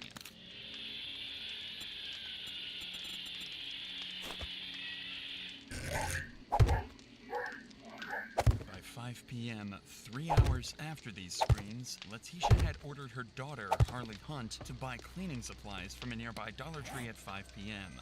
These included baking soda, vinegar, trash bags, and carpet powder from a nearby Dollar Tree. The baking soda and carpet powder to absorb the odor of blood and clean minor stains on the carpet. The vinegar was bought to remove deeper stains on walls and act as a disinfectant, and the trash bags to hide Gannon's body. A body that officers had missed by mere inches and had been hidden away in some part of the basement or garage. And every single location that Letitia showed officers, the garage, and Gannon's room, were all locations that Gannon had bled in. Not only that, her searches about human anatomy from before indicate that she stabbed Gannon in the artery, which resulted in a red spray, after which Letitia desperately tried to clean up the evidence of her crimes. This is also the reason she had backed up all the way into her driveway, as the rear end of her vehicle was filled with blood, indicating that it had taken place prior to them returning home. Knowing that the investigator is catching on to this story, her initial attempts of feigning innocence now turn into desperate attempts to deflect everything that she is told. Why would I hurt our child? I had everything in the world. Why? I have no motive. None. Don't have the first motive. Everything I wanted in my life, I had it. Why? Doesn't make any sense. It doesn't make sense a lot of the time what happens inside of a house. And sir, I don't even know what you're talking about. All I can tell you is, I did not hurt you. Notice that she uses the word motive, which is often terminology that is used by law enforcement when charging a criminal, corroborating the facts that she had done her due diligence about the law in case she got caught, just like her searches about the Alford plea. Regardless, the investigator knows that there is a limit to how much she can refuse cold hard facts, and begins to push her even further by promising her that he is more concerned about Gannon's safety rather than her crimes. I do want to help you, and whether you did this or not, it doesn't matter to me. With all the evidence that they have, the reason why it took so long is the district attorney wanted to wait and and I've done no body homicides before. They have more on this case than we do on most of them. Okay.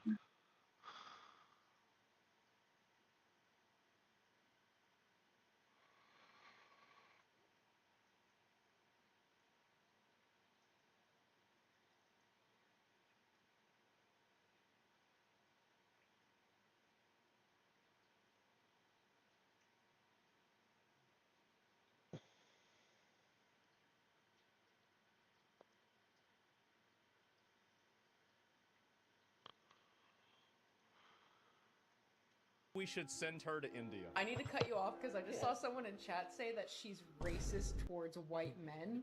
And I'm so sorry, but respectfully, shut up. You're gonna act like somebody's being racist towards white men, the least oppressed group of human beings on society. She says white guys are inferior. They are. How about that? We should send her to India. I need to cut you off because I just saw someone in chat.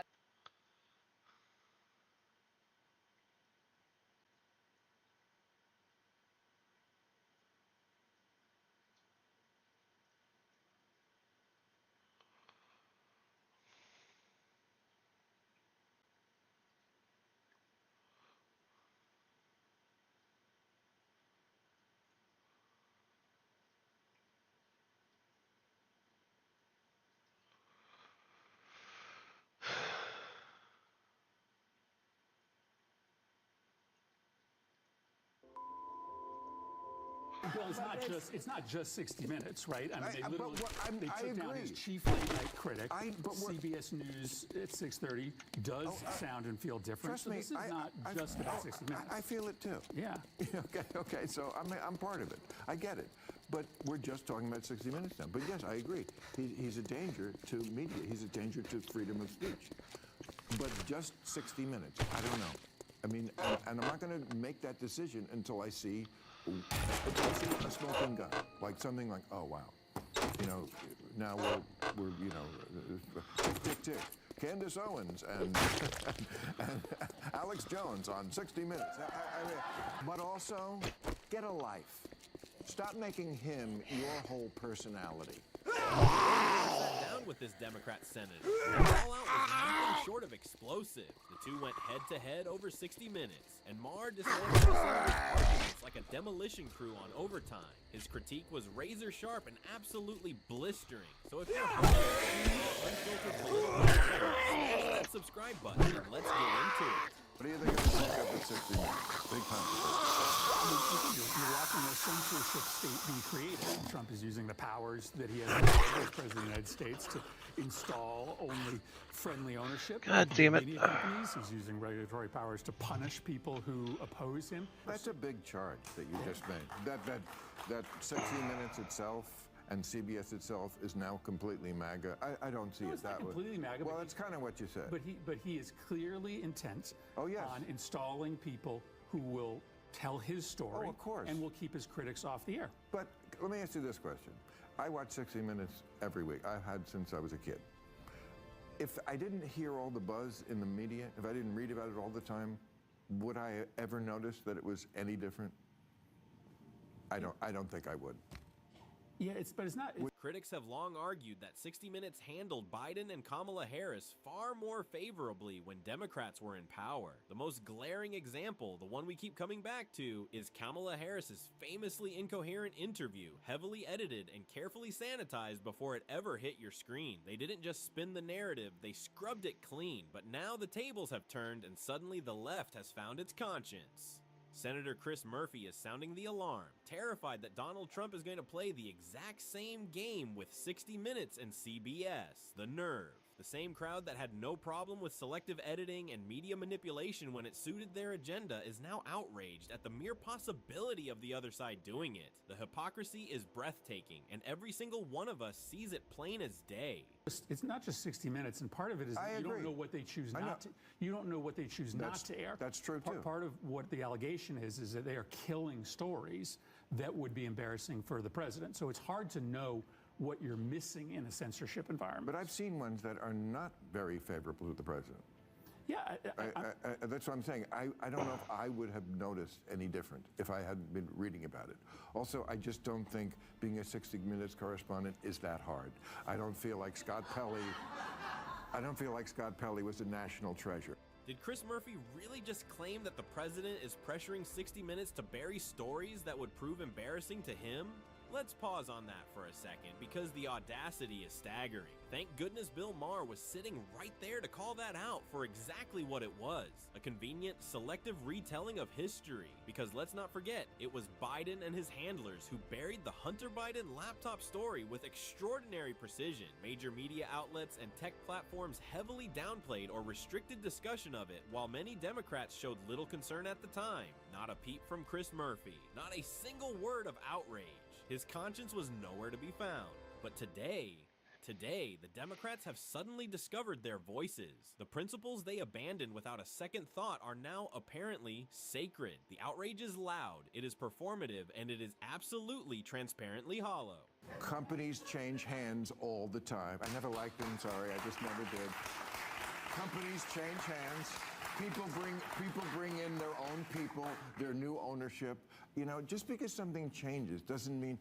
I feel like we see everything through such a partisan lens. Oh my God, 60 Minutes has a new cast. So does Saturday Night Live. And this is precisely why the left has such a complicated relationship with Bill Maher, because he refuses to toe the party line and speaks the truth, even when it stings. The man calls it as he sees it, and that makes him dangerous to a movement built on carefully controlled narratives. The staff changes at 60 Minutes shouldn't be a cause for alarm. A leadership shuffle happens, and suddenly the Democrats are screaming conspiracy. But a change in personnel is not evidence of interference. It is a routine occurrence that happens across every media organization on the planet. The Democrats love to present themselves as the level-headed, politically mature adults in the room. Yet it is they who view absolutely everything through a hyper-partisan political lens.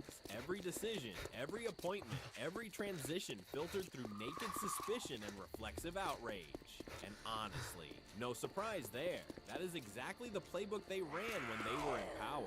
Well, it's not just 60 Minutes. I agree. Chief late night critic, CBS News at 6:30 does sound and feel different. Trust me, this is not just about 60 Minutes. I feel it too. okay, so I'm making part of it. We're just talking about 60 Minutes now, but yes, I agree. He's a danger to the media. He's a danger to freedom of speech. But just 60 Minutes, I don't know.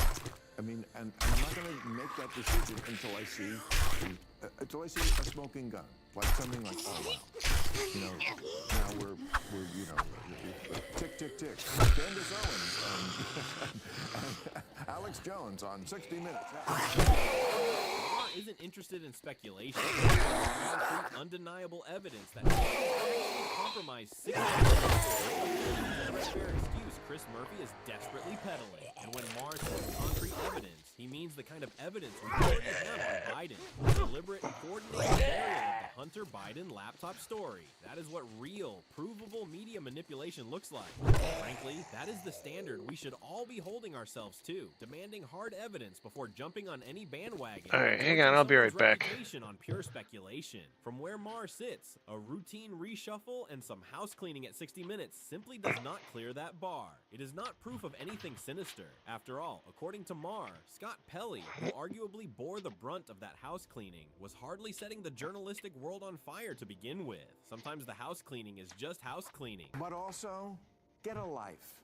Stop making him your whole personality. Thank you.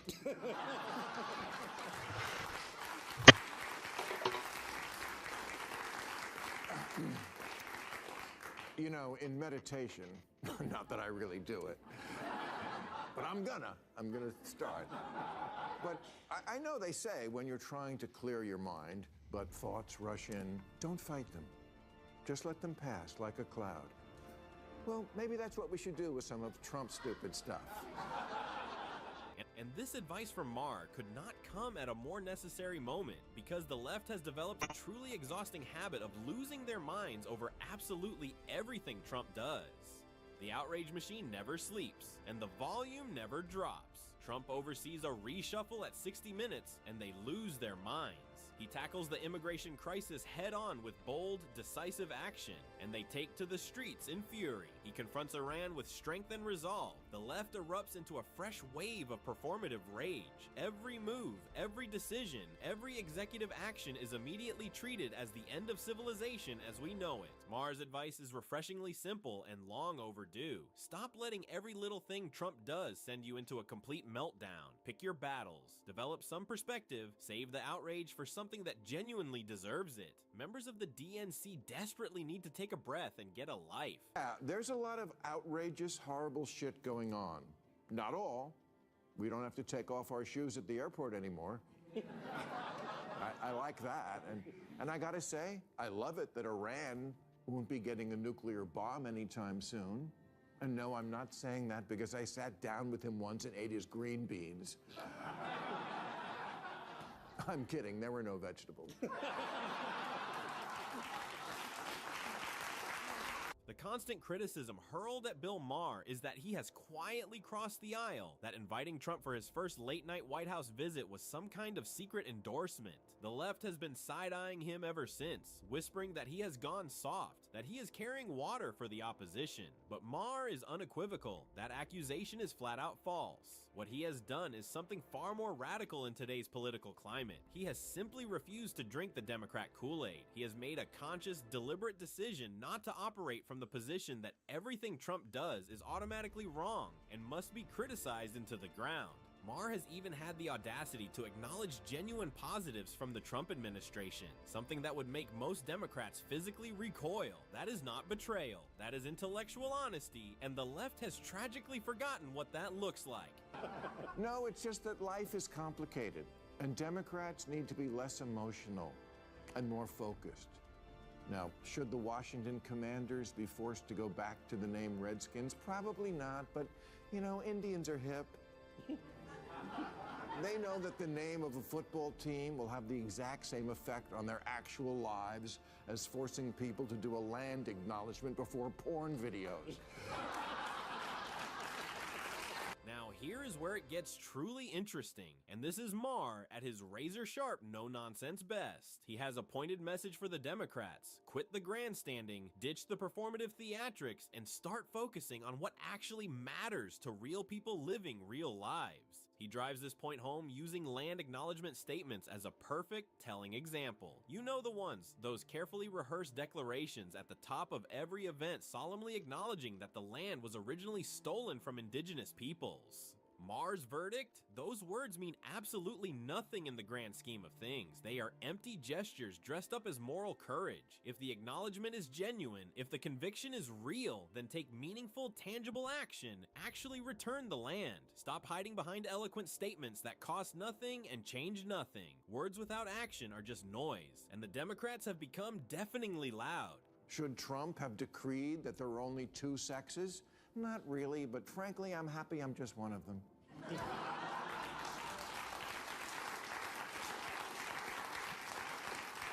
And Greenland? I'm sorry, I just can't. I'm sorry. I never thought about it before. I can't start now.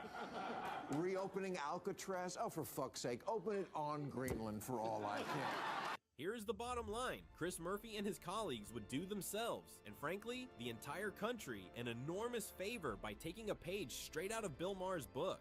Stop catastrophizing every single move Trump makes. Stop treating every minor administrative decision like a 5-alarm constitutional crisis demanding immediate, breathless outrage. Make no mistake, there are genuinely weighty matters that deserve serious, sustained attention. The economy, national security, the cherished freedoms enshrined in our Constitution. These are battles worth fighting with every ounce of energy and political capital available. These are the issues that keep ordinary Americans up at night, and they deserve focused, passionate, intelligent opposition. But a reshuffle at 60 Minutes, a round of house cleaning at CBS, these do not belong in the same conversation. Burning precious political energy on media personnel changes is a losing strategy, and the American people are watching, unimpressed and increasingly unconvinced. But also, get a life.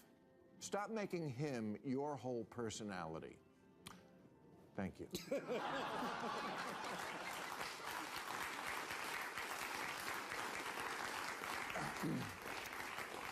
You know, in meditation, not that I really do it, but I'm gonna start.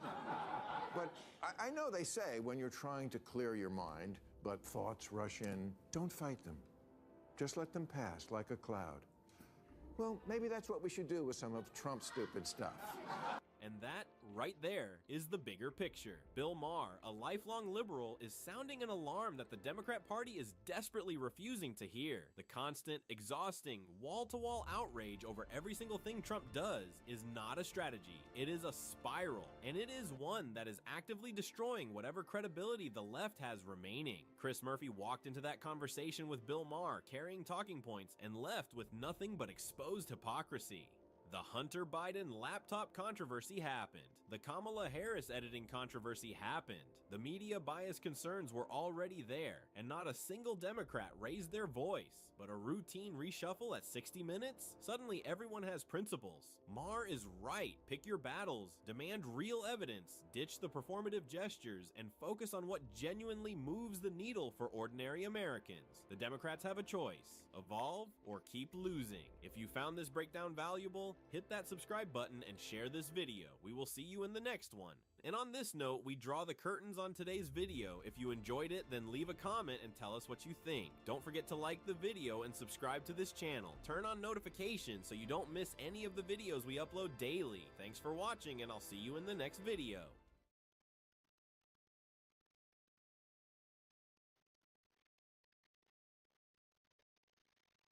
Blood under there. I don't know what to do. I don't know anything about it. There's no blood in there that I'm aware of other than those. I'm telling you there's blood. I mean, this is overtime. Okay? So now I'm not primary, I'm a suspect. So I don't know, okay. Steve, I'm gonna put this as bluntly as I can. Test it all. I'm gonna put this very harshly. You murdered her. I did not. I did not. This shift in the detective's demeanor clearly catches Stephen off guard. Up until now, he believed Pitcher was someone he could trust. More than that, Pitcher believes the bond between them has gone beyond a typical detective-suspect relationship. One of the disturbing parts of the interview, which this just made me mind it, is I put my hand on his shoulder at one point. Like, one of the phrases I used with him a lot that, you know, once we had that real comfortable level was, you know, this isn't an if type situation. This is, I need your why. You know, what happened? Like, you're obviously a good person. Why did this happen? And so at one point, you know, he was getting worked up, sad-wise, that he knew he was in trouble. And I put my hand on his shoulder, and he goes, yeah, I don't let people put their hand on my shoulder because of prison. And so I immediately took it off and said, I'm sorry. He says, no, I like it when you do it. And I was like, that was one of the key moments. I was like, okay, well, he's now looking at us being in a relationship. Like, he has feelings for me in terms of that. He was putting me, in his mind, in an awkward position to have to testify. Like, I don't know if part of him thought that I had feelings for him and that he was putting me in an awkward position, making me testify against him. I've never even come close to having anything like that happen before. As Pitcher explains, this unusually strong bond is both beneficial and detrimental to the investigation. Although Steven appears to want to be honest, he seems afraid of hurting Pitcher's feelings. But unbeknownst to Steven, that bond is entirely one-sided, because Pitcher is about to confront him with even more evidence he failed to cover up. Can you explain the blood on the cushion under the sheet? No. My leg, I guess, but that's not going to cut it. I know. So, I'm going to go to jail for homicide? I will check with the state attorney, but as of right now, I'm afraid that's the most Oh, geez, guys, I'm not the guy. What? Okay. Can I, let's backtrack. I understand this does not look good. Because you were at the crime scene. We have you at the crime scene. Because you wrecked. Yeah. And then you didn't report the wreck, but there was minor damage. I get that. I have an issue there. Then we have you come into the library using a dumpster where there's blood in the dumpster. And you told me you put trash there. Yeah. And then we search your van, which you say nobody has been in that van besides Tracy and Charlie. I think his name. And that was a couple days ago. And the hair doesn't match that person. I don't know what you guys are talking about. Apparently, all this secrets of investments because I came back down here. So I look more swear. And the worst part about it is that you're convinced that it's me. What is that? One canvas. In my van? Let me see that again. Her bikini bottoms. Those are Susan's too. I wouldn't worry at all about Susan's too. That's where I am, but my guess is you'll probably never see her again. To Steven's surprise, on the night he was found, officers recovered a bloody shirt that had been disposed of nearby. And despite it all, Steven would continue to deny that he had killed Michelle. At this point, it doesn't matter. They don't need a confession, because the final and most disturbing piece of the puzzle has just come to light. When they were going through the van, there were some of the toys were probably 8 inches to 12 inches in diameter. So it was, again, very, very horrific. And I think they ended up finding her DNA on a couple of those, and that's probably what helped to cause her to bleed out. The strangulation was probably, most likely not what killed her, but that he would strangle her, let her in and out of contact, like just torture is the best way to describe it. Based on the crime scene and the horrific autopsy findings, in 2023, Stephen Matthew Wolf was convicted of first-degree murder, 2 counts of battery, and tampering with evidence. And in the end, he was given the only fitting sentence for his crimes. That's kind of, I think, what did him in. Like, that's that whole situation where he knows, like, even in the interview, he brings up the death penalty and that I'm going to get the death penalty for this. Yeah, so maybe the first time in Florida, if not, it's only been 1 or other 2 times where every member of the jury believed he should get the death penalty. Even though, yes, obviously he's a very horrible person, it's also always weird when you know that it was your testimony and your doing that is going to end this man's life. So it's a mixed bag in that sense. Like, even the things like the touch on the shoulder, like, as dumb as it sounds, that to him, that's, oh, this guy cares about me, you know? He really does like me, as crazy as that is. You mentioned that there could be more victims tied to this guy. Do you personally think that he could be like a serial killer with more unsolved murders connected to him? So I 100% think that I'd be willing to bet a lot of money that there are bodies out there attached to him that either haven't been found or gone. He was a homeless guy who lived in this van, and you have long periods where you can't even say where he's at. He was skeptical on telling us other locations, kind of thing. Everything just pointed. I mean, we even had when they were going through the van. I remember I believe there was blood in there that they have yet to identify, for one thing. That didn't come back to either one of them. There was, unfortunately, underwear in the van that appeared to be used. There was other women's underwear in there. Now, granted, he had stolen underwear that we found out from somebody else, but there's all these, little details that too many to overlook. As Pitcher finishes recounting one of the most disturbing pieces of his career, 6 years after Michelle's murder, he is now retired. But the weight of what he uncovered leaves behind questions that were never fully answered. In terms of this type of crime, Sunday is not a good day this one to be streaming, I'll tell you that. I've had some interesting ones in my career. I'm in the process of writing a book. Actually, I did undercover work that I can say legitimately nobody else has done. First year, I spent 2 years with the mob and then was asked to infiltrate a domestic terrorist group. Had everything from being interrogated for 8 hours to shooting with a psychopath who I was positive was going to kill me one day and who also happened to be my best friend and hated police more than anyone. But I did prevent the bombing. Credit was saving over 100,000 lives. Out of all the complex investigations Detective Pitcher worked on, Stephen's case continues to linger. And as of late, April 2026, Stephen remains on Florida's death row, refusing to tell Pitcher whether there are any other victims. And with an execution warrant potentially right around the corner, that answer may die with him.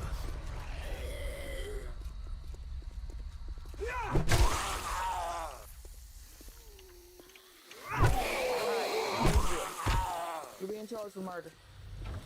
I never put my hands on it. This is 37-year-old William. Nicole Woodard. God Just damn it. 48 hours ago, police discovered her husband, Daniel Rayburn, brutally beaten and deceased in the yard of his own home. Neighbors said that they heard some subjects arguing and there was one gunshot last night.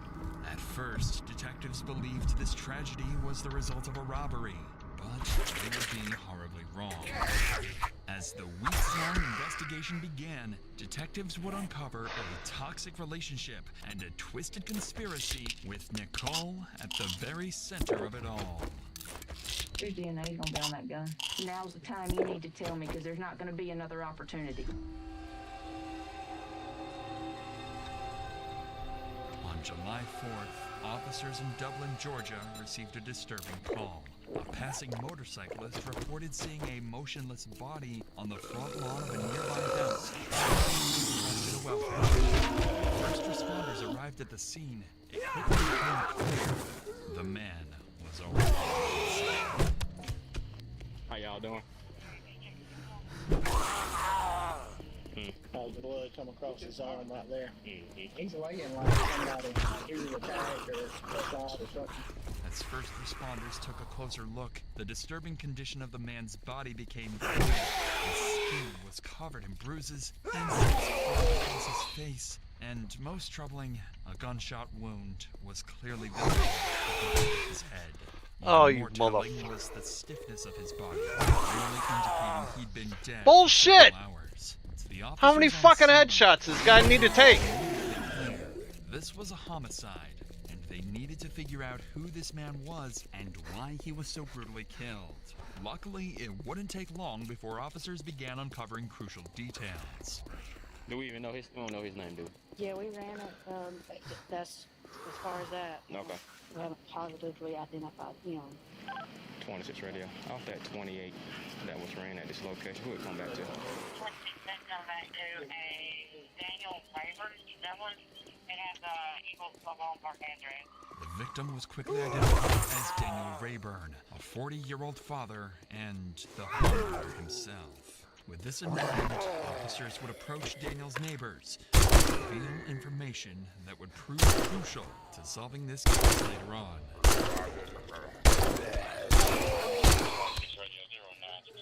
I'm so sorry. Have y'all been home all day? Motherfucking. Come on! He just reloaded!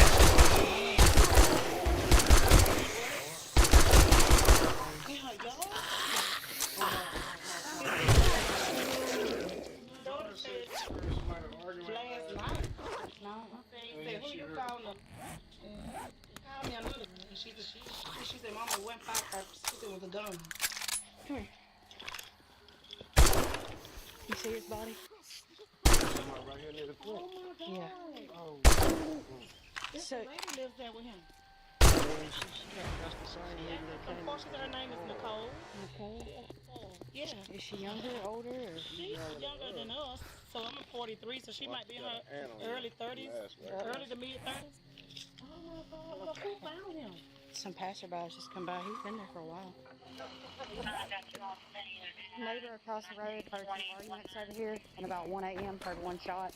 There's supposed to be a female that resides here by the name of Nicole. White female.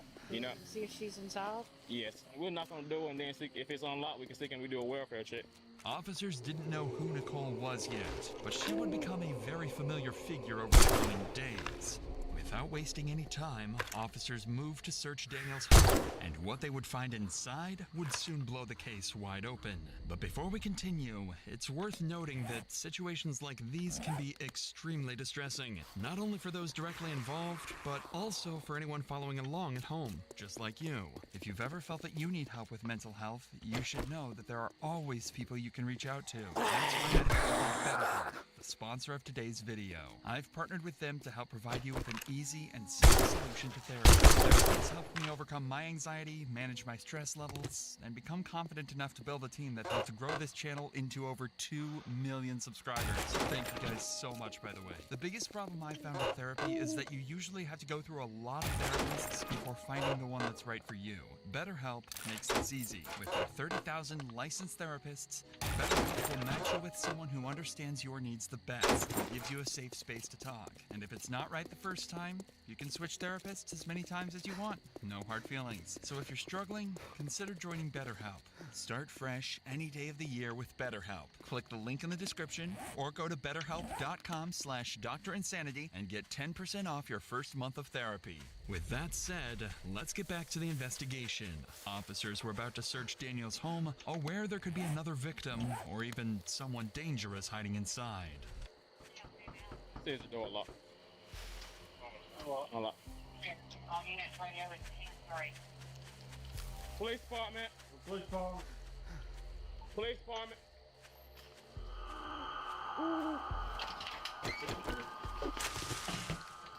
Alright, so female's gone. You got a female now? All we know is it's a white female by the name of Nicole. Right here. Nicole Woodard. Fortunately for officers, the house turned out to be empty, with no visible signs of violence or struggle inside. However, they did uncover one crucial clue, a letter revealing Nicole's full identity, Brenda Lee Nicole Woodard, Daniel's wife.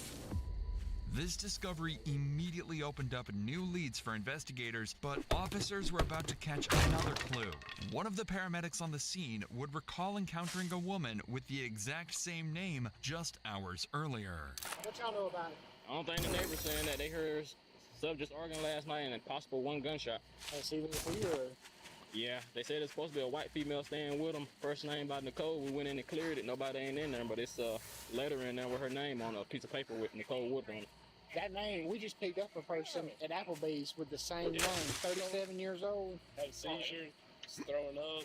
According to the paramedic, 37-year-old Brenda Lee Nicole Woodard had been working at a nearby Applebee's when she suffered a seizure and was rushed to the ER earlier that day. To detectives, this timing felt a little too convenient. Nicole's medical emergency occurred just hours after Daniel's brutal murder, potentially giving her an alibi to distance herself from the crime. If this was, in fact, Nicole's plan, it wouldn't work out very well. Officers were now able to easily locate her at the hospital and question her regarding the actions leading up to Daniel's death. Since her injuries were mild, she was quickly transferred to the station for questioning. Did you have any friends that came over to visit? Once in a blue moon, we'd go over and hang out with Tim and Susie, but we hadn't seen them in a month. Other than that, you can't tell me anything else? You might know. Because he was out in the yard. You're fucking kidding me. I'm too tired to fucking slaughter an animal. What about the house they called you? He was found out in New York. Nobody called me. I mean, how did they get in contact with you? The officer showed up at the hospital. Well, I'm saying you got in contact. They got in contact with you. The hospital. Okay, so other than that, you hadn't seen him before that. I hadn't seen him at all today. Even though Nicole insisted she had no idea what happened to Daniel that night, Wiener told the detective a different story. Her shaky voice and uneven answers indicated extreme nervousness. She seemed on edge, uncomfortable, and far from natural. These subtle cues could mean one of two things. Either Nicole was genuinely shocked to learn that Daniel was killed, or she was hiding something. This detective strongly suspected the latter and intended to find out exactly what Nicole was holding back. And you don't know anybody that might have been he had problems with or giving him problems, anything like that? No, how was he on the job? I mean, he had problems on the job, anything like that? That you know of? I mean, we don't know if anybody. Why the fuck does my stamina? Oh my god. Passed out or whatever. That's why I asked you how much did he drink last night. I don't know. Well, you said you drank a bottle. I was drinking last night. What was he drinking? He was drinking beer, sir. Has he ever drunk alcohol to the point where he would fall out? Yes, I told you. But he hadn't drank like that since. I mean, he might drink 2 or 3. Well, that's all. That's it. Anything that you tell him? According to Nicole, she and Daniel had been drinking the night before when a verbal argument escalated into a physical altercation. However, she still insisted that he was alive and well when she left. Ultimately, detectives weren't able to get any useful information from Nicole and had no choice but to let her go. However, unbeknownst to Nicole, this was only the Oh, you motherfucker! Back at the crime scene, officers continued collecting evidence to determine who had been at the home at around 1 a.m. Now, with a search warrant in hand, officers moved into Daniel's home, hoping it would hold the evidence they desperately needed. I'm logging out. There's nobody watching. I'm wasting my time. I'm gonna go do some real life stuff. I'll probably be back on later. Looks like she cleared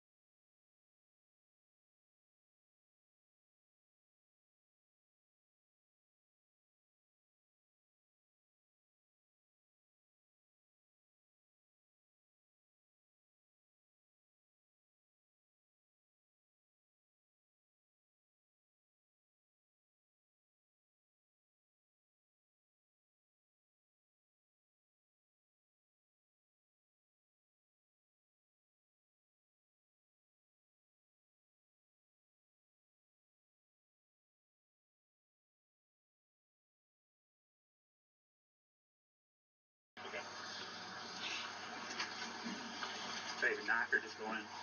Got consent? Yeah. I would say let's go in and announce at the same time. 607, hold this down. I'll legally go taser. I don't have a taser though. Legal taser hand.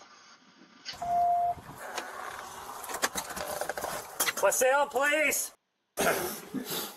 Yeah. Were you sleeping upstairs today? Last night? I want to check your room to make sure there's nothing like. You seem to have taken something to me. I'm gonna go grab a squad. Some narcotics or something. Did you smoke some reefer? Or marijuana, I guess? I don't know what to call it these days. No. No. Gummies, any prescriptions, any... And you keep doing what you're doing. So I need you just kind of sit still. Look, I was in a minute. The doorbell and walked away. Okay. And all I did was roll the stop sign. I'm sorry. I'm not in California. Can't do that. And you said you...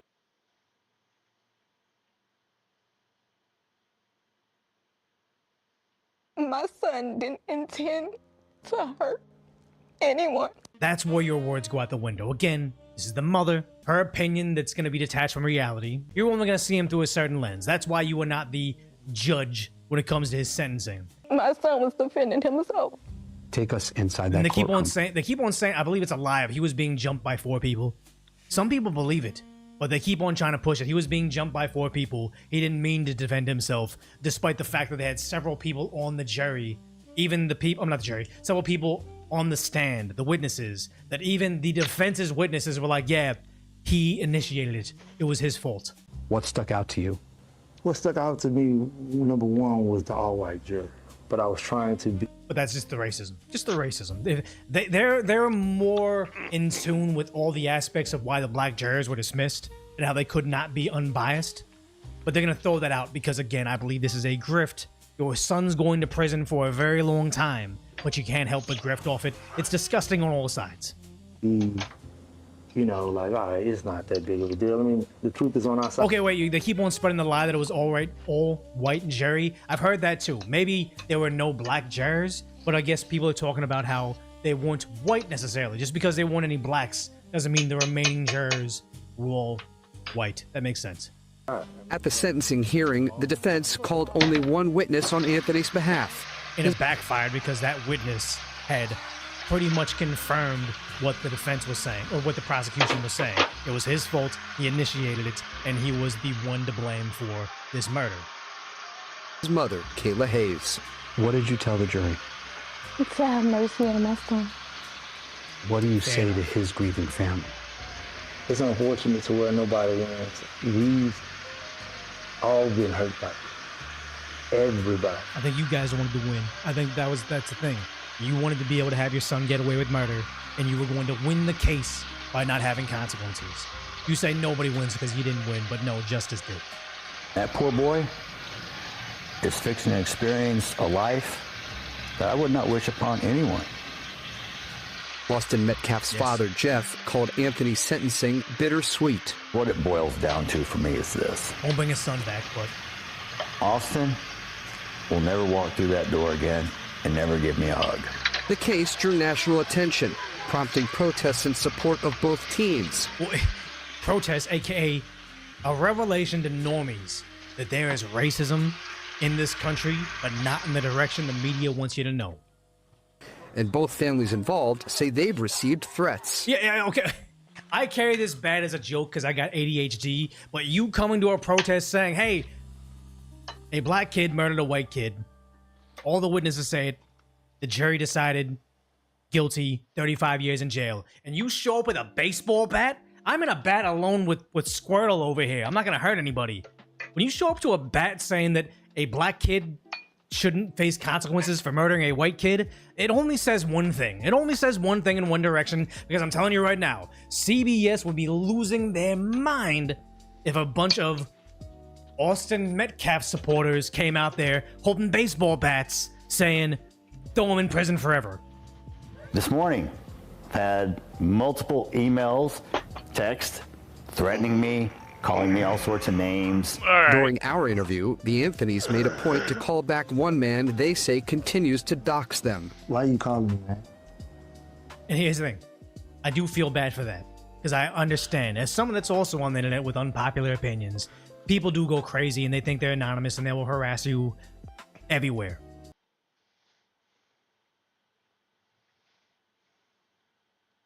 Welcome back to a series so washed, even Pokimane subscribed. In today's video, Hassan is back and has been called out by a chatter for not turning off his donations despite being a multi-millionaire socialist supposedly for the working class. He starts coping hard, calling out Penguin Zero or Charlie for being way richer, having multiple businesses, and making $10 million per video. Hassan is going viral for being unable to name a single book that he's read. Tragic. He is back crashing out at chatters for comparing him to Asmongold. Insufferable streamer Pokimane is back going viral for calling out her former friend Saikuno for coming back to streaming after his drama. Somebody is salty. She does her classic mean girl attitude and catty laugh, and people are sick of it. She starts talking about her ops and fantasizing that they're probably dead. Psycho. She then starts crying on stream because she constantly gets herself into drama and gets clipped. Asmongold has responded, calling her out for engaging in luxury capitalism, going to F1 while saying eat the rich.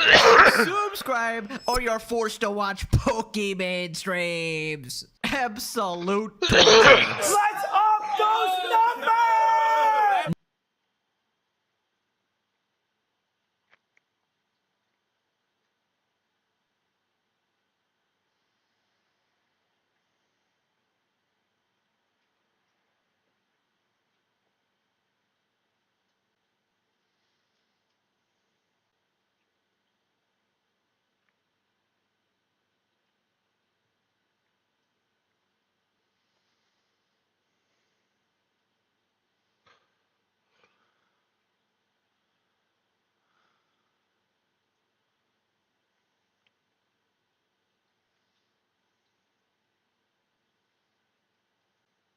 Like pretty left of center, actually.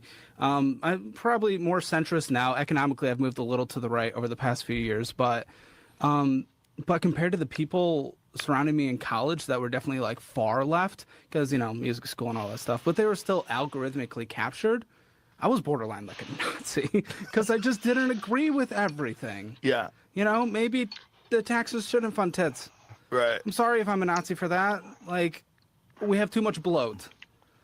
I think you're absolutely correct about the political capture, but I think it's also manipulated, and that still doesn't account for who's funding the DA campaigns. Real quick, it is interesting to think about that, the idea of these platforms being captured, because what's the one thing that you heard once Elon Musk acquired Twitter? As soon as it went away from being a psycho leftist weird echo chamber and allowed for everyone to say pretty much what they wanted to say, it immediately became far right and extreme because it didn't go along with the narrative. I think that's one of the more fascinating things about this time that we're living in is when you have something like whenever everything is controlled by this machine, right? We all know this is true, whether it's bureaucracy, whether it's the networks, whether it's entertainment, there is one way of thinking, right? It's left, and if you're not left, you are a Nazi. You're in it. You're done. But and everybody sees this, and I think that most people recognize this. But those who are in it, those who are a part of this industry, the entertainment industry, whatever, the media, it goes back to your idea, Phoenix, of the lie detector test. Do they?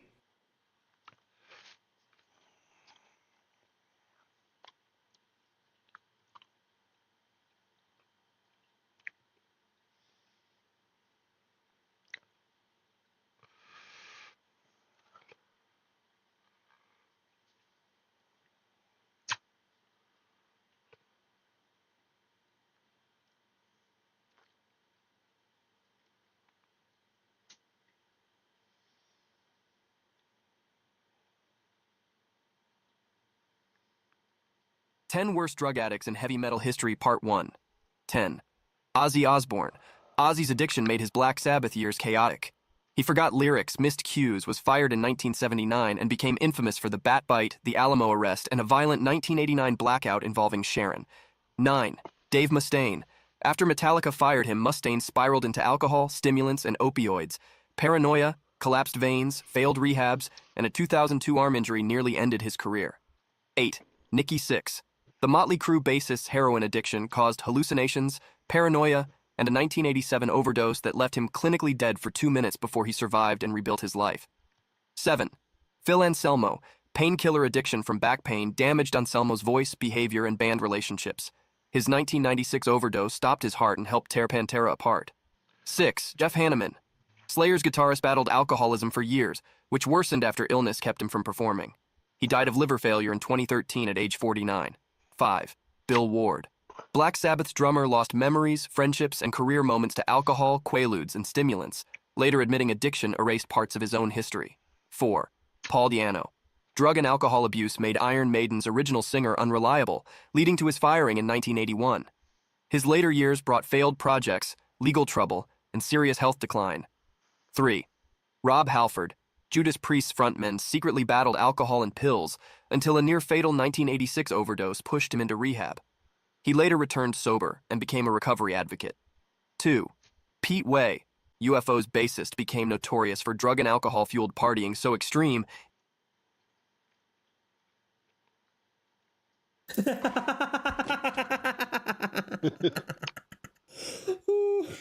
Hi and welcome back. So, in Germany, quite a few people find it very insensitive if you laugh about jokes about Jews or make them yourself, especially with the thing what happened a few years ago, right? Why should I not? Why should I say, oh, no, you are so poor, I can make jokes. So that is exactly why we are going to react today to jokes about Jews. But before we do that, please make sure to hit like and subscribe on the video. And if you want to see more of me, for example, my travels and everything else, then you should definitely check out my Patreon.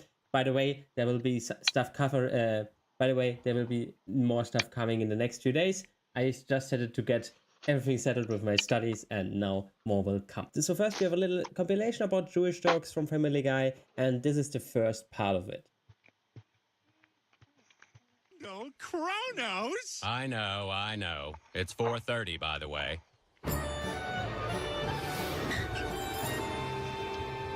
All right, what better place to find God than the birthplace of all of Western civilization's great religions and one really mean one? I had a feeling this is what this place would be. Which one is the mean one? Like, oh, God, Why it's is so everybody hot out. parking downtown? Who gets married on a Get off Tuesday? these bad feet ailments. Oh, look, Joe's feeding them pennies. Somebody take a picture.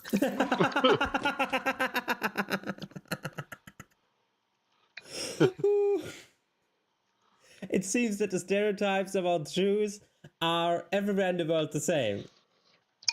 Hey, you can't park here! Excuse me? Having been officially challenged by her natural enemy, the black female prepares for combat by taking off her many rings. Meanwhile, the Italian male looks around to make sure the other Italian males are indeed seeing what he is seeing. Sensing the impending battle, a flock of Jews flies quickly away, as avoiding confrontation is their best chance for survival. Okay. I mean, not... First, I have to read you the Miranda right.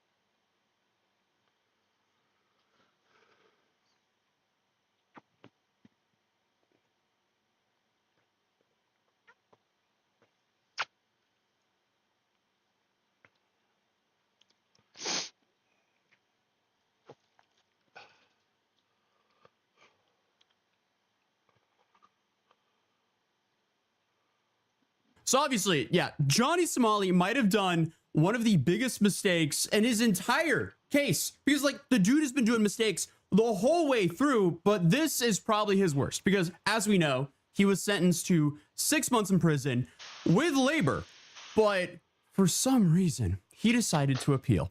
Remember in my last stream, I was saying, oh, the prosecutor might appeal because, you know, the prosecutor's trying to extend a sentence, so that's why they would want to appeal. Why would he appeal? I don't know. I guess he was misinformed because from what I know, the average time for a new trial to start is about 5 months. So he's in prison for 6 months, remember? So by the time his trial is almost, or by the time his prison time is almost finished, his trial is just getting started, his new trial. So that's going to go on for months. So I don't know what he's thinking there, but we have a whole lot of new information. So today I have Gabe with me here today, and he's going to help me break down all the new information about this whole case. So welcome, Gabe. Thank you for joining the stream.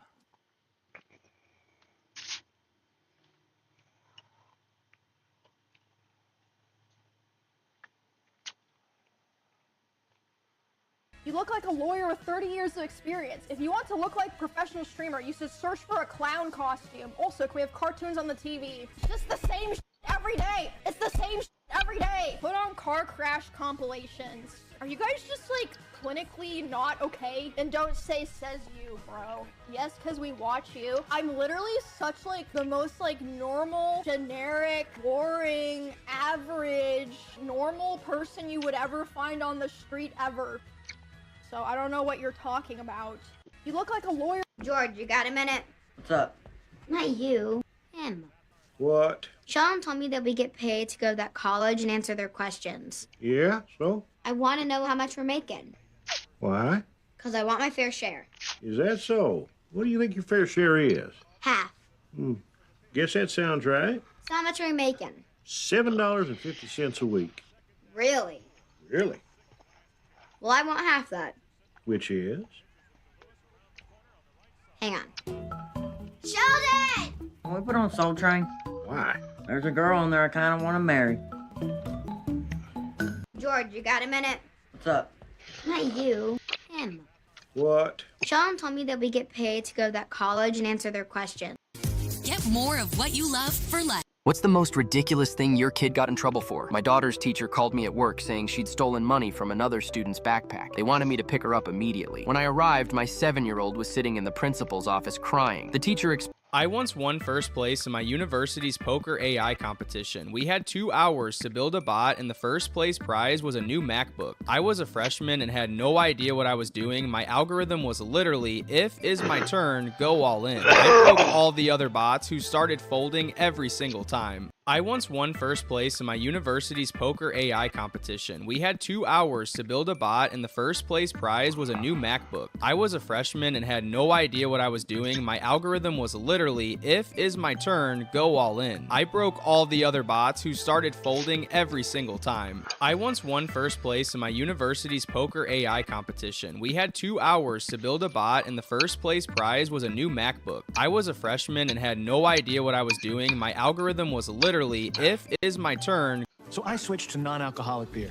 Same great taste as regular beer, none of the booze. All day, every day, therapist, mother made, nymph, then a virgin, nurse, then a servant, just an appendage, lift to attendant, so that he never lifts a finger. She owns 4 gas stations. How much have you spent on gas stations total? Each is worth about like 3 to 4 mil. That's like the land plus all the facilities. How many do you own? About 3 right now. I'm working on 4th. What's your yearly cash flow for these? I can text my accounts and they'll know. I can just call them. Hey, how much like in the gas stations have I invested so far, would you say? Yeah, the down payment was about $1 million each, but borrowed up to 4, so. And then what about the cash flow is right now? I know at one point we were looking at like 85,000 a year profit from one, but total. Yeah, so yeah, I don't really like know it off the top usually because I don't really look at them for profitability. It's more of just so I can reduce that on paper to the IRS, how much I'm making because I have all these business expenses. What was the intent behind these gas station purchases then? As a tax vehicle? Tax vehicle, Okay. yep. Yeah. She owns 4 gas stations. How much have you spent on gas? 10 most hated bands of the 70s. and why fans turned on them. 10. The Partridge Family. Critics dismissed them as a manufactured TV pop product rather than a real band. Rock purists especially hated that most members didn't play or sing on the record. 9. The Osmonds. Their clean-cut Mormon image made them seem too wholesome for the rebellious rock era. Critics mocked them as parent-approved pop, despite their real live musicianship. 8. Grand Funk Railroad. The press hated them as loud, lowbrow, and musically crude. Their blue-collar fans loved them anyway, turning critical rejection into part of their identity. 7. Captain and Tennille. Their sweet love songs and matching smiles made them easy targets. Critics in the punk and disco era mocked them as bland, safe elevator music. 6. Bread. Bread became the ultimate soft rock punching bag. Their gentle melodies sold millions, but rock purists treated them as lightweight, gutless, and embarrassing to admit liking. 5. Kansas. Critics thought they were too commercial for prog rock and too strange for mainstream hard rock. Their violin-driven sound and philosophical lyrics were mocked as pretentious. 4. Styx. Styx were attacked for bombastic rock operas and radio-friendly theatricality. The backlash peaked with Mr. Roboto, which critics treated as a total joke. 3. Emerson, Lake, and Palmer. ELP became the symbol of prog rock excess, with long solos, classical reworks, and giant stage stunts. Punk rock partly rose as a rejection of that grandiosity. 2. Wings. Paul McCartney's post-Beatles band faced impossible comparisons.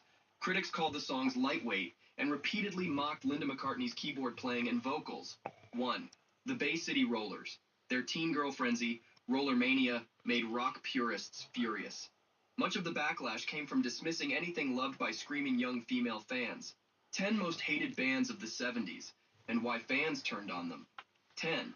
The Partridge Family. Critics dismissed them as a manufactured TV pop product rather than a real band. Rock pure...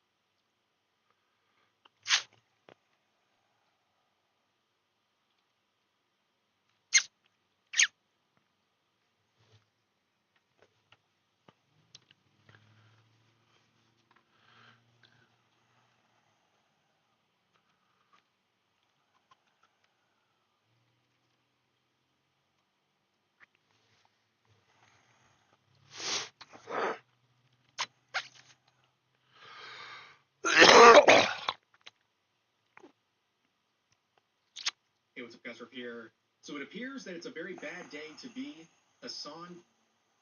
We are once again talking about the biggest star on Twitch, or at least the most favored by their staff. Now, yesterday, while Hassan was once again complaining about his mortal enemy, the Sloptubers, aka anyone who criticizes him, his channel was terminated. Yes, ladies and gentlemen, Hassan Piker has suffered consequences on Twitch. I almost didn't believe it. But yeah, you look through his information. This is his 7th ban on Twitch. Not 1, not 2, not 3, not 4, not 5, not 6. But 7 times this guy has been banned. And honestly, we'll talk about it later. It's amazing it's only 7. There's been so many other cases where he should have been banned and wasn't, but like I said, give that a minute. But yeah, it's official. If you go to streamer bans, he has been removed. And I think it's very hilarious that people in the comments are like, isn't this the dude that abused his dog? Which is always funny that that's going to be his legacy for all of time. But of course, people are sharing the reason why they strongly believe, and I think they are correct in their interpretation, where he said this phrase that is violating Twitch's TOS. You fucking rabid ultra-Zionist pigs. You fucking run around going, oh my god, Israel first, Israel first. Why are you tying this back to Palestine? So yeah, in that clip, he calls him that phrase, which, again, as we'll see with the TOS on Twitch, is a very clear violation. Oh my god.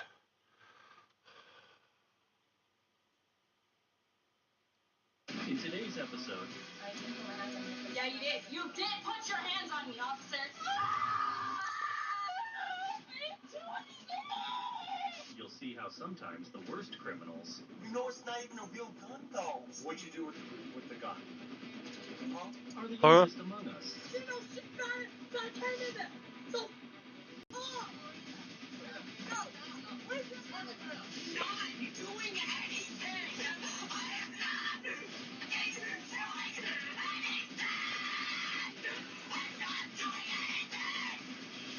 Are you done? We start with a 19-year-old girl whose behavior is hard to describe. She caused a disturbance in a hotel and began smashing things and attacking staff when they asked her to leave her room. She is incredibly entitled because her father is a district attorney, but did that help her? Find out in the minutes that follow. What's going on here? She came on and started talking stuff to me, telling me. Wait, which room was she? It's over here. Oh, knock, you didn't talk to her and then she came out starting to yell at you? I didn't knock. I was walking because I have to do some inspection, and we wanted to just walk. So when I was walking to that room, she started talking to me in that way. Did she threaten you? Yeah. What would she say? She was charging up to me. Hello, ma'am. Officer Garcia, can you step outside for me? Can you step outside for me? Alright, can I step inside here? Can I come in? You come in and so I'm not going to pay. Alright, cool. You're gonna stop moving your stuff? We're investigating. We're investigating, okay? So you're not allowed to leave. No, yes I am. They kicked me out and I have a job. Alright, you're not gonna leave. I have a job. I'm investigating assault on somebody. Who? And you're throwing items. Who? Were you throwing items? They're No. saying that they're I have saying not thrown anything. My dad is James Mother District Penitentiary. That's fine. He can put you in handcuffs. You're not free to go. Yeah, well, you don't know my name, so you have nothing on me. So you're saying that you didn't do anything, right? No. So Okay. I am So free you're to go. saying that you didn't threaten I them didn't verbally? No. Okay, did you throw anything at anybody's car? No. Okay, they're saying that they did and that they have video footage of it. Okay, well, show me the video footage. I can't leave you because you're not free to go. That's what I'm trying to say. So what's your first name? I don't know what Just because you're an LCPD officer saying you're not free to go does not mean a person cannot go. That's exactly what it means. No, it does not. Unless they have viable evidence of that person in front of them. If they've seen viable evidence of that person. An investigation. Exactly. I'm not going to leave you alone. Except you've already seen the evidence. That's right. I do not look or am like the person who did whatever they are complaining about. I don't even know what they're complaining about, dog. Harassment! Harassment! Harassment! Harassment! Now you got a charge on you.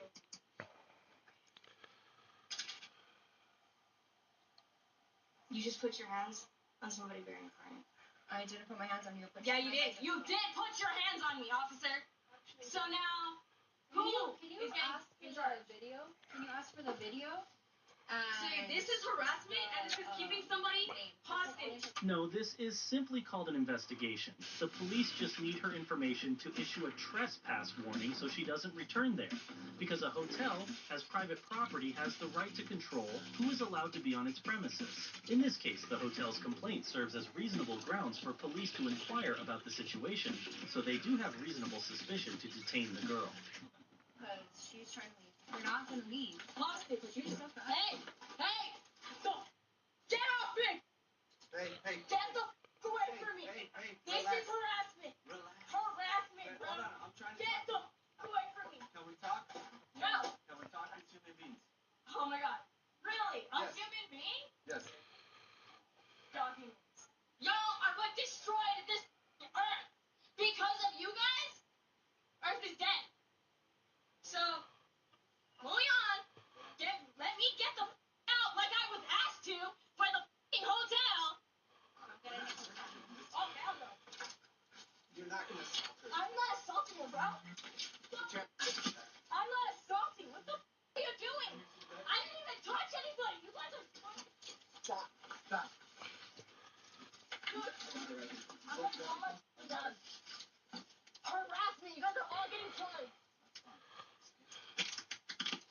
figure everything out, okay?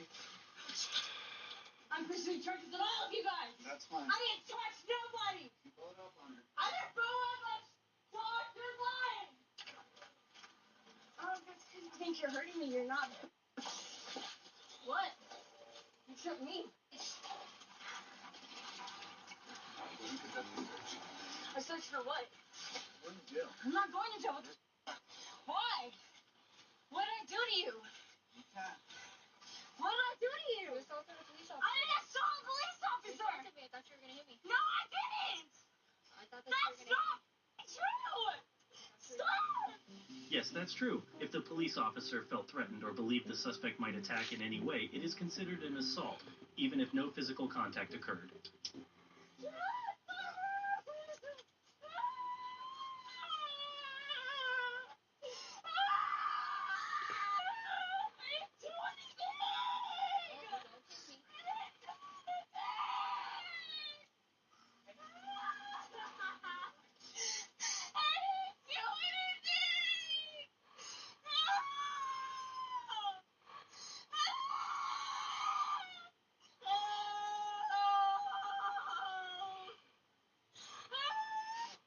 Hey, look, you can make this easier on yourself. Listen, we're gonna. You either say to act like an adult or we're gonna put you in a lab, okay? What's that? I don't.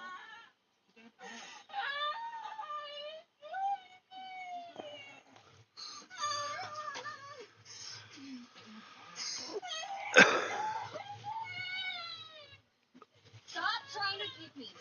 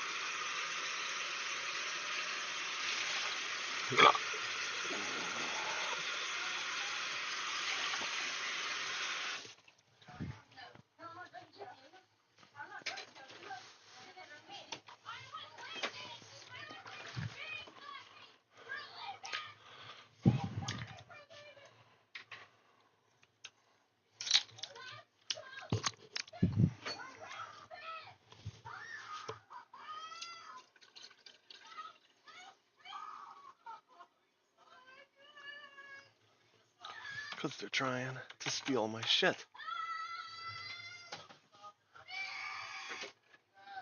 5 days to pick them up, and then if you don't pick them up in 5 days, we're gonna put them up for adoption. In 5 days.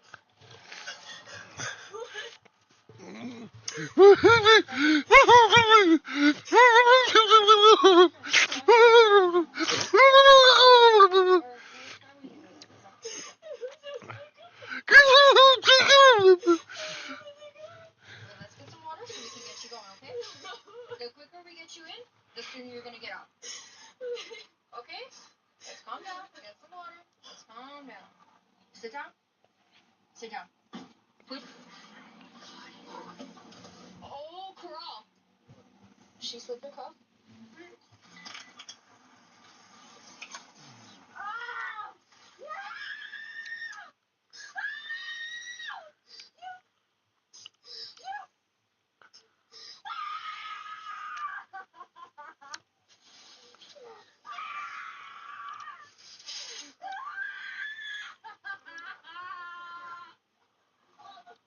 Oh, you sit inside.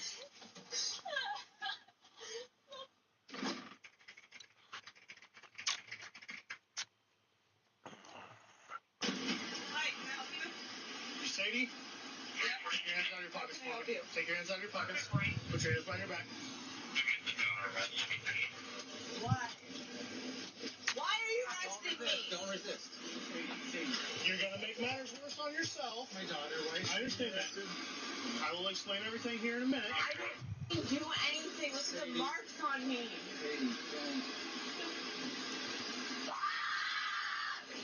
I'm not doing anything. You're just handcuffs. What am I gonna do? Stop. What am I gonna do? Now you're getting charged with interference. I told you. It's not even me. This is gonna for fighting with us. Yes, you're gonna end up costing us a whole lot more. Now you're getting charged with interference with official acts. It's just a little kid, man. She's a skinny little girl. I understand that, but I'm not gonna take her trying to run away and swing at me and kick at me. You kick at me again, you're getting an additional charge. I can't even hurt you. I can't even hurt you. All I did was We're just gonna put you in a car. Jesus Christ. That's why I couldn't be a cop. Oh, just taser. Just taser. Just fucking taser. Taser and be done with it.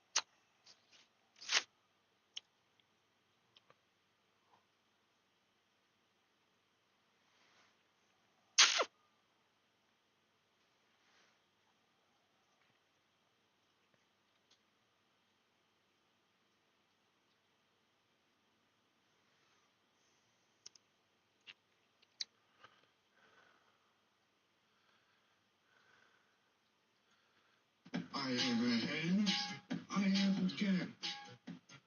Oh, Andy again. Don't look at me. Look away from me right now, okay? Because if you laugh, then I'm gonna laugh. Okay? No. Welcome back to If You Laugh, You're Conservative. The average Carmelo Anthony supporter. Free Carmelo Anthony. He ain't do nothing wrong. Y'all, my people convicted another black man who innocently stabbed that white kid. Send this to a trans or autistic person in your life. You're still a queen. I just sent this to my autistic cousin. Said you look retarded. A job well done. Trump welcomes the workers who renovated the Lincoln Memorial reflecting pool into the Oval Office. Now, Mr. President, if I had to decide, oh, you had 3 seconds. Oh, I'm so tired of the disingenuous, fake before and after pictures. Barely looks any different. All right, well, let's go to Google Maps. The reflecting pool looks like a strip of grass. It is greener than my front yard, everybody. Here's water. Notice how it's blue? You gotta love how the media just lies to you with doctored photos or photos from back when it was a little bit bluer. On today's episode of White People. Look at that. Got the dog sitting at the table with him, drinking water. You're just mad because that dog's probably quieter in a movie theater than you are. Getting my husband's reaction to seeing me in this dress. Oh, sundress season. All I'm saying, ladies, is if you have 3 kids and you want baby number 4, rock the sundress. You don't go on social media at all? I go on social media to follow other people. Sure, but not to post. Not at all. In fact, I think I know the name of your elliptical. If you remember the name of Senator Kennedy's elliptical, put it in the comments down below. Yeah. In the carport. She in my carpool. She won. I got a call from Rick Ross last week. He said, "Lawn dude, you know I got my car show next Saturday." I said, "Yeah, I know it's coming up." He said, "The Promised Land grass hasn't been the same since you left, so I'm gonna need you to come back out here and cut it up." I said, "Too easy. I got you. I'll be there." By the time you're done with one side, it's going to grow back on the other. Do Trump in German. Wir müssen eine Mauer bauen. Wir bauen eine Mauer. Mexiko bezahlt für die Mauer. This sounds like a Star Wars character. This sounds like Baba, what's his name? Jabba the Hutt. Ja, die die wird die größte Mauer der Welt sein, sobald wir im Weißen Haus sind. You seen Dune? I don't like Dune. Did you see how doctors used to listen to women's heartbeats? No? Should I be scared? They place their head on a woman's chest. Sometimes even using their hands. Renee Laennec felt uncomfortable with this practice. Yay! For dinner tonight, we got a 40-ounce top sirloin steak, dude. Look at this steak, dude. I didn't know Texas Roadhouse did them that big. Man, they cook this thing to perfection. Texas Roadhouse is the best steaks in America, I swear. Bro, why are you using your hands? You're not from India. Do you even identify as American? If you're looking to buy this car, there's 3 inches of extra room, which is actually a lot. You know what, ma'am? You are absolutely right.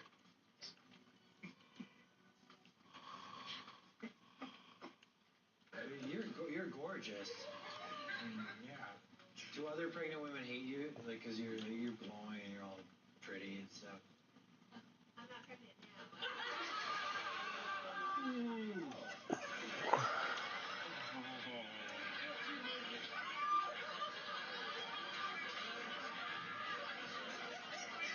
Dan's falling out with a chair loud.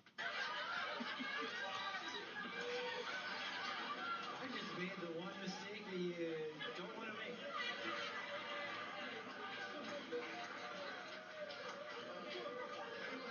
I'm so sorry. I will say one thing.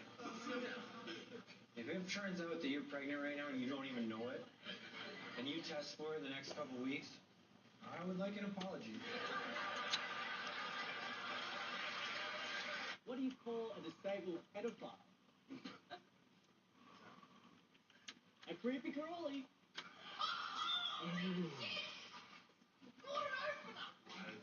I was gonna say Stephen Hawking, but I like that one better, actually. When you accidentally do something super feminine. Sounds good. I'll see you in a little bit. Hey, big boy. Oh, that was Dusty. He's one of us. We saw it. No, You can't eat hot dogs, you can't frolic, you can't do none of that during Pride Month. I didn't know I didn't do that. Nice leap. It made my heart leap too. Here's how to make the best bean burrito. Step 1, start with an authentic soft tortilla. This will attract the freshest bean in town. Once your bean is nice and toasty on the tortilla, you can add your favorite toppings like guac. I prefer to leave out the cheese because I don't want to cut it. Next, you're going to roll everything up like so. If your burrito is extra stuffed, you might need to put your whole body into it. The extra love adds extra flavor. This video would be a lot less wholesome if she was doing it in an Asian accent. He's so good, this burrito. This is how you end racism. If you know, you know. I got a wife friend. Did you steal that, bro? What? The drink. Dude, no, I bought this. I even got a receipt. Oh, okay. Oh, flavor? Watermelon. Shocking. I get a black friend. Of course. Mike, get out of this section. You're gonna hurt yourself. I got a white Oh, friend. you would pick this section. What are you talking about? Turn around. Oh. I got a black friend. Of course I'm Hey, Mike, this also says cookies. You think I would be that close? I kind of wanted to hit him with a bat, Would be gone. You think my mom? but I don't know. He had those big puppy dog eyes. Well, it requires an extra layer of security to buy Hennessy, Don Julio, the Douce, Tito's. Tito's you can just grab right here. You ever wonder why that is? You give a little, you get a little, nobody's safe, you can joke about everybody, the world keeps spinning, these Somalis stomp on an American flag because one of their brothers was denied entry. Got my bat, have some fun. Kill a cop, take his gun. Looks like Minnesota. Also, they had to print off an American flag. Where they at? Is that 2 cops over there? Yeah, there's 2 cops over there. Somewhere on this map, there's a cop by himself. And he's going to get jacked with a bat. You would, wouldn't you? How dare he be polite? Good old-fashioned bat jacking. There's some funny female comics. Let's see if she's one of them. Got this message from this guy last week, and he's like, Ooh, a priest. downtown LA. And I'm like, okay.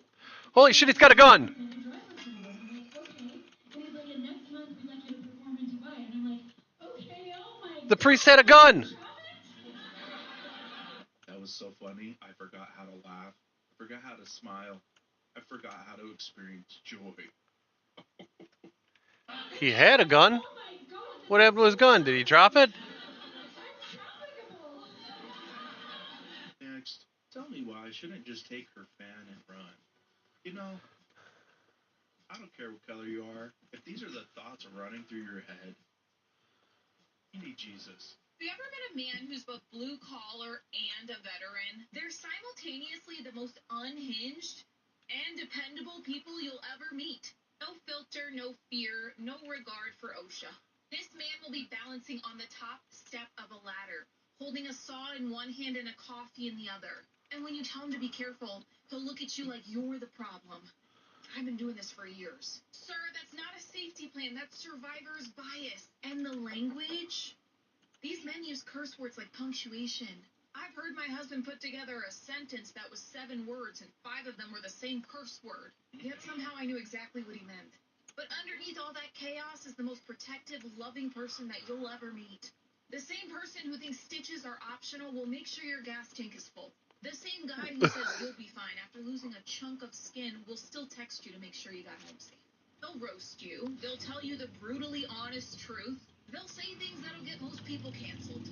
If somebody hurts your feelings, suddenly they're preparing for battle like they're defending a small nation. Blue-collar veterans are a little concerning. They're a little feral.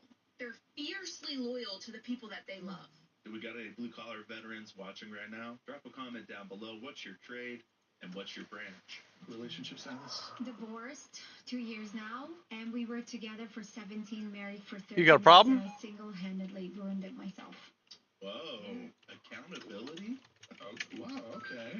Who initiated the divorce? I did every single time. Like I've asked for it like 100 times, and on the last day, he was like, "Fine, you can have it." When's the first time you asked for a divorce, I guess? Oof. I think like I kind of did that. That was kind of my fault. Yeah, it was really hard. But you know what? I'm going to find that cop. I'm going to kill him. I am going to kill him.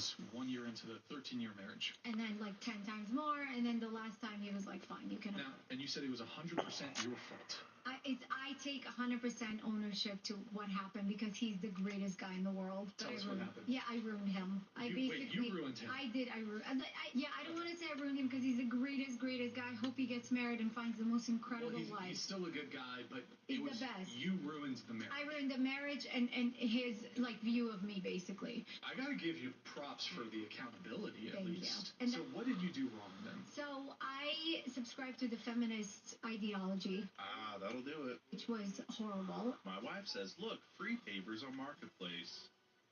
Great, how many? Not a lot. Just a couple 100. Hey, if my wife had this many free papers, you already know I'm going to pick them up. The best part of the World Cup so far is seeing America through the eyes of soccer tourists coming here for the first time. So the first real wave of content to come out of the World Cup has been foreigners traveling to America and having their minds blown by American culture. We have foreigners having American breakfast for the first time, experiencing ranch as a dipping sauce and Twinkies and combos from the gas station, drinking soda. This guy, Freddie from Germany, has been documenting his entire trip, saying things like his European mind cannot comprehend scenes like this. This is a lifelong international sports fan saying that this college football stadium is the best he's ever seen. He reacted to the parking lot of a Buc-ee's like it was the 8th wonder of the world.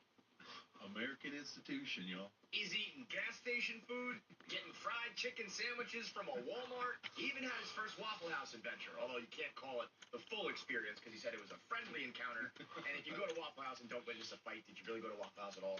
People are getting buffalo blue cheese combos from a gas station saying that they feel like they're in a movie. Oh, I guess I have a question for the rest of the world. Like, did you guys not realize it's awesome in America? Like, did you guys think that we were doing all of this stuff under duress? Like, this is not the way we want to live? Everything tastes good. Everything's fun. We make a lot of money. We're being entertained at all times. We're comfortable and happy and satisfied. We're just, like, totally spoiled living in the lap of freedom and comfortability. Yeah. Are we wildly unhealthy and obese? Yeah, sure. Oh, there's that, too. When you raise your voice at mom, but then... I told you to go practice your reading. I already did that. Where are you raising your voice at? I'm not raising my voice. I said I did it. Little bro's like, okay, I'm out of here. You know what? Let's go buy whatever you want. Okay.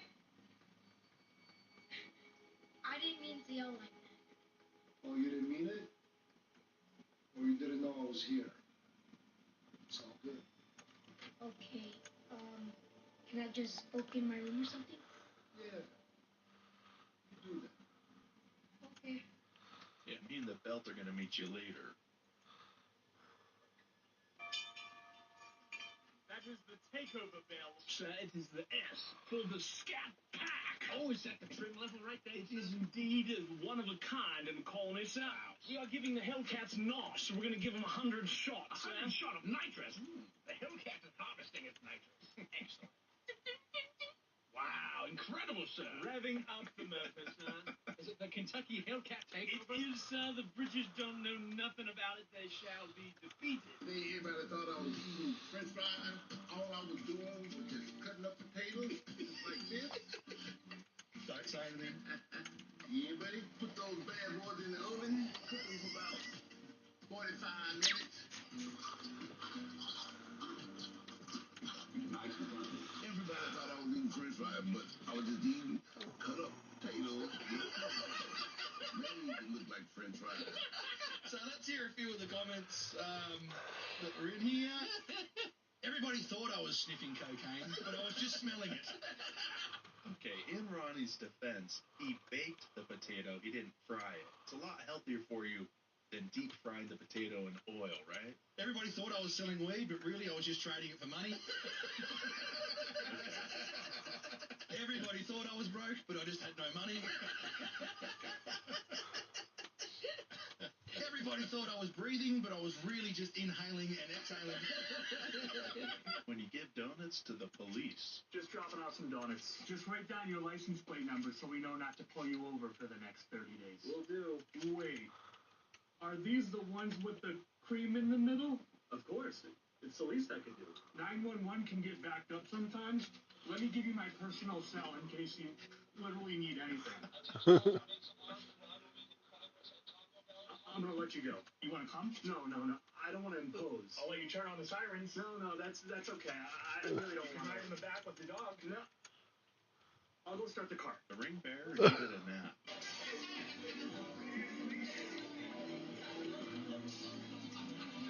You know, this is why you don't drink and drive, everybody. Too much milk.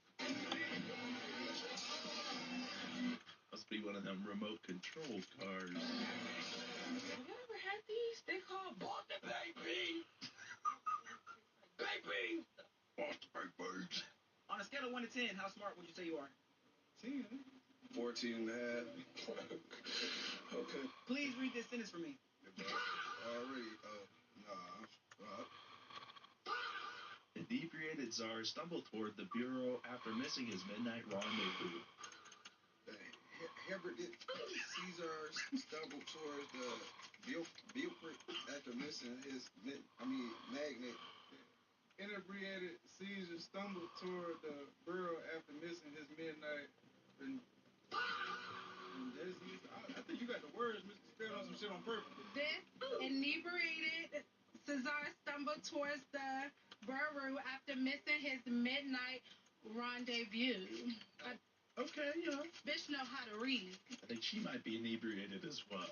Barely. Oh, no, we got a remix. You ever had these? They call Boston Baby. Baby! Boston Baby! Baby! Baby! They ain't playing this on the radio.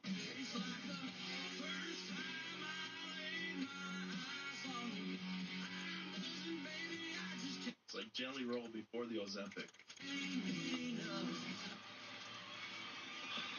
You would watch me give me find out who I am, innit? So, I'm Charles, I'm 27, and this is my Harry Potter wand collection. A bunch of dudes looking at each other's wands. It is Pride Month, can confirm. Yeah. Yeah, you can hold one. There you go, you can have that one. Be careful. And you can have that one. How do you like them? I love them. We got a racist lady here in the Sam's Club. I asked for her help because my Sam's Club membership had just expired, so I had 5 items. I asked this lady very nicely, do you think you can help me? I'm going to renew my membership soon. I'm just trying to purchase these 5 items for my kids or whatnot. She acted like she just couldn't help me, like it was just gonna hurt her membership for her tapping her membership just to help somebody out. It was rude and it was racist. You could have just said, you know, no thanks or this, that, and the third. Now she wanna get to calling people over here. I don't give a damn. Being a weirdo. You came over here to be a weirdo. She could have just said she didn't like black people. Sorry, you don't like black people. I'm asking for her help as a mom, and it's a shame. Her problem was she was trying to axe this woman. How could you? And dollars to donuts, this sister has never had a membership in her life, and she just asks other people to use theirs every time she goes in. We got Karens all the time. Nobody is ever trying to help. So the lady didn't go out of her way to help you for no reason, and she's a racist and Karen. There's kind of an energy here like, oh, I was just asking for help. She was supposed to help me. Like, there's like solidarity, like, well, people got to help each other and come together. But if you say no, then you're a racist and a Karen. You know, like, there's not really much solidarity to have with these people. It's just, we got to stick together. We got to stick together. Like, that's what it all flows to me. You know, we got to stick together, but it's you helping me right now. Yeah. And I never return the favor. Yeah. And you're racist if you don't. We don't live in a high trust enough society anymore to just do favors for people. I don't know what you're going to do with that. I don't know who you are. Then that lady's like, oh, you know, we all need to help each other out. When was the last time you think she helped somebody? Of course never. I'm telling you something, they don't pay them Florida cops enough. Oh, there we go. Yeah. Oh, hell yeah.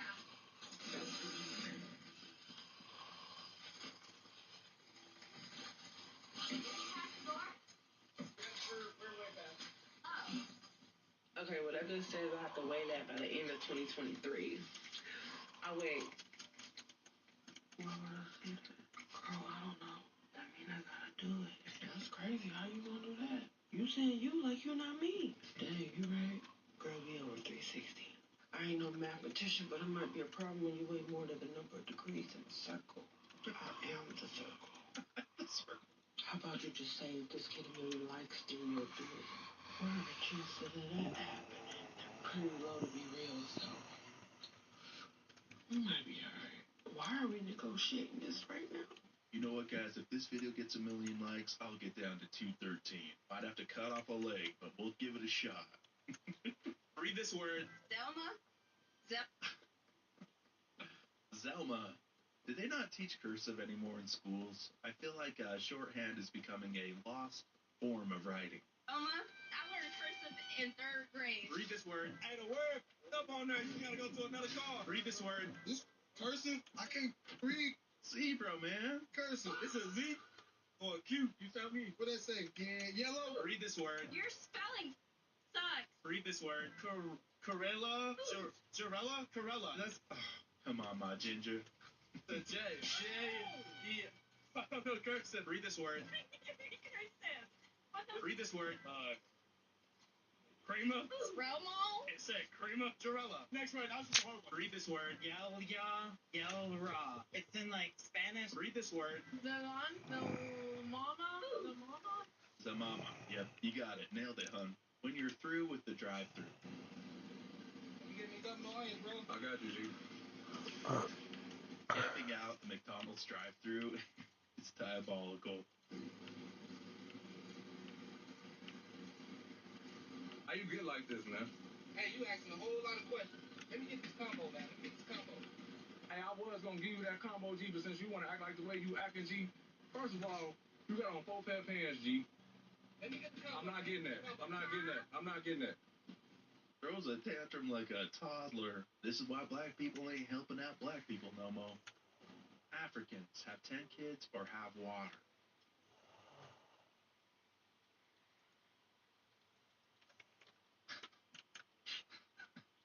It's a bad lad. Bad lad. You little Where's your mama at, bro?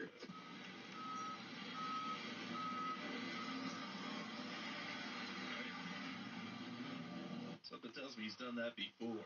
Roasting prison inmates to their face. First of all, thank y'all for being here. Now, it's not like y'all had a choice or nothing.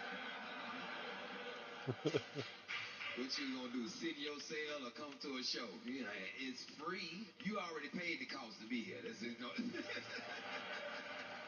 I'm going to tell you something I learned the hard way. Don't go to bed mad at the one you love. I know sometimes you're tired, frustrated, don't even feel like talking. I've been there. But I can't tell you how many nights I wish I would have said, I'm sorry, or gave him a hug instead of turning over and going to sleep. Because you don't get every day back. And one day, you won't have that person to argue with anymore. So don't let pride steal a moment you might wish you had back. This Taco Bell employee let us do drive-through burnouts.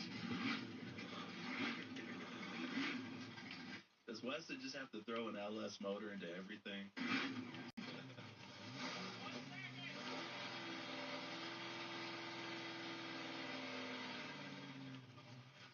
It's kind of quiet. Yeah. What'd you think of it? You like her? Yeah. What is it? Is it just a supercharger on top of a... No, it's built LS with an 871 supercharger on it. Makes like 1,600 horse. 1600. You want to do a burnout here? Right here or over in the back? Over there. I don't see why not. The cops hide when they're trying to catch you speeding. He's up on the bridge. I pledge allegiance to the flag of the United States of America. We got to keep these borders open. Hey, any Latina baddie above an 8 is great, especially if they come in legally. Why'd you call your boyfriend first and not the police? Because my boyfriend looks like he got hit by lightning, and toddlers drew all over his arms. No love would stop me from reaching my queen. I like how he's pretending to drive and shift. The car's barely moving. If the Scared Straight program was based in Atlanta. Hey, live, man. Bring in straight.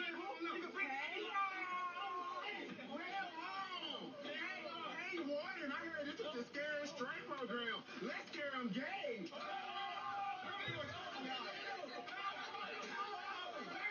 They ain't stealing no more. Are y'all gonna keep this fucking y'all parents? No. Y'all gonna be modest citizens? Work again? No. You sure? My daily distraction.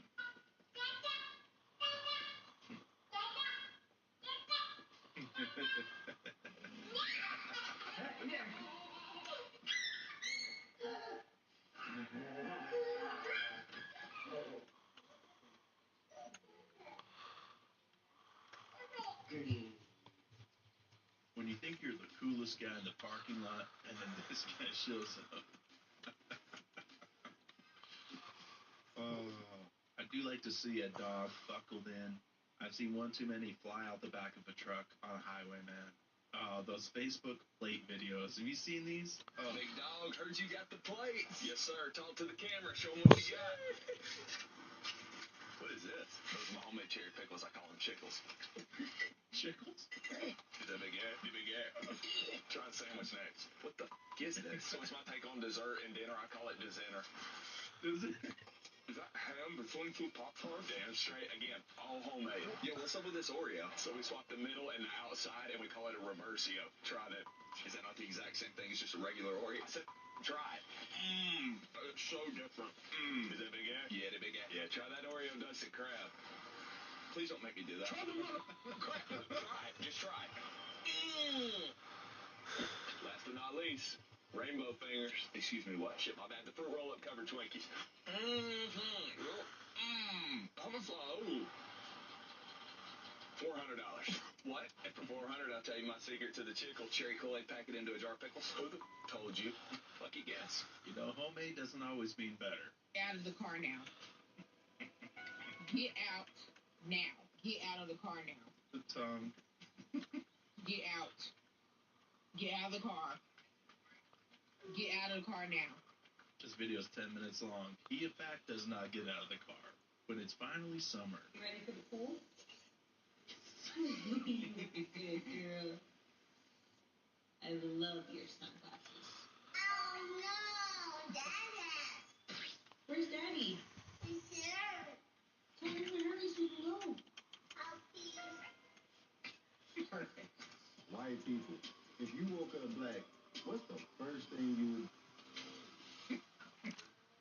It's not even funny anymore. Y'all been telling the same little racist ass joke for the last like 20 years, okay? It's not even a real skit. This sister surprised her brother at graduation after serving in the Iran War. Diplomas, we have every diploma except for one. Mr. Wiley, are you in the back? Can you see if we have one in the back, please? Let me go take a look. Sometimes the most important deliveries take a little longer than expected. Especially when they're coming from so far away. To my brother, I will cross the ocean 1,000,000 times for you. I praise God for bringing me home to you safely for your big milestone. Congratulations, Kaylin Barksdale. I am so proud of you. Today, this diploma is not being delivered by a staff member or an administrator. It's being delivered by someone who is special to the graduate and someone who has been serving overseas for over a year and has not seen her brother in that time. Ladies and gentlemen, please welcome home Specialist Barksdale, who is home after serving the Iranian War for the 2127th Infantry Battalion. I don't know if I can show this on YouTube, guys. My friend got attacked on our bike trip.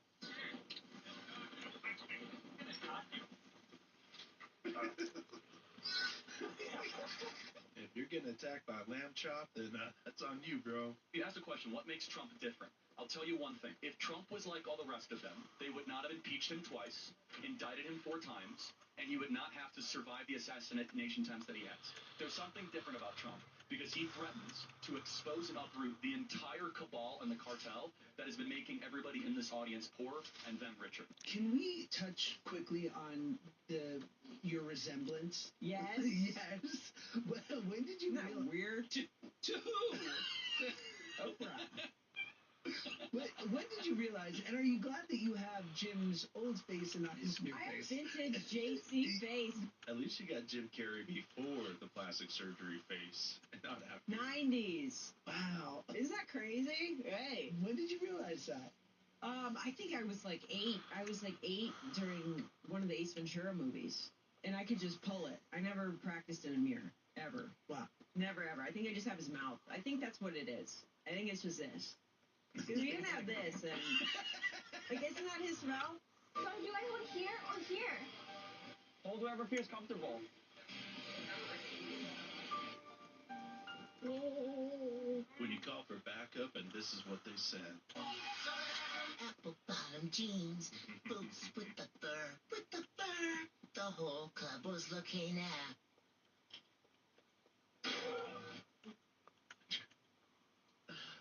That was attempted murder. Pilots be like.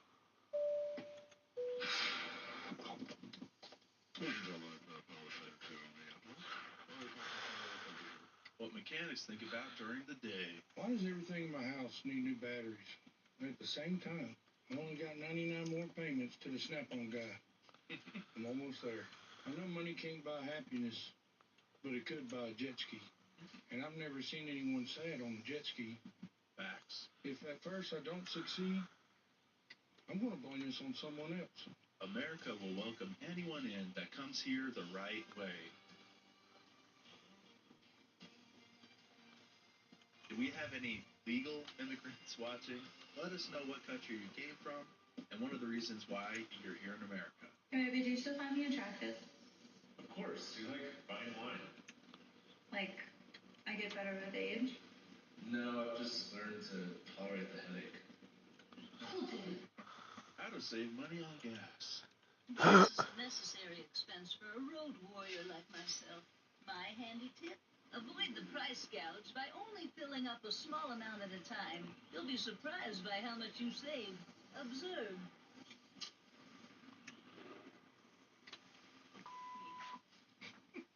Hey, does anyone know the name of that one song that goes something like...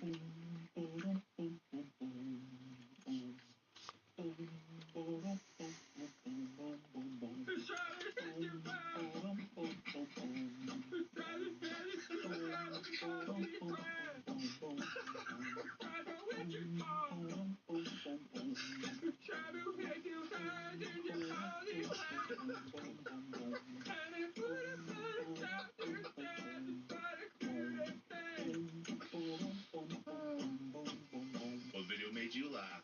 Drop a comment down below. Don't forget to like and subscribe to Conservative Vibes. I'm CV, and I'll see you in the next video.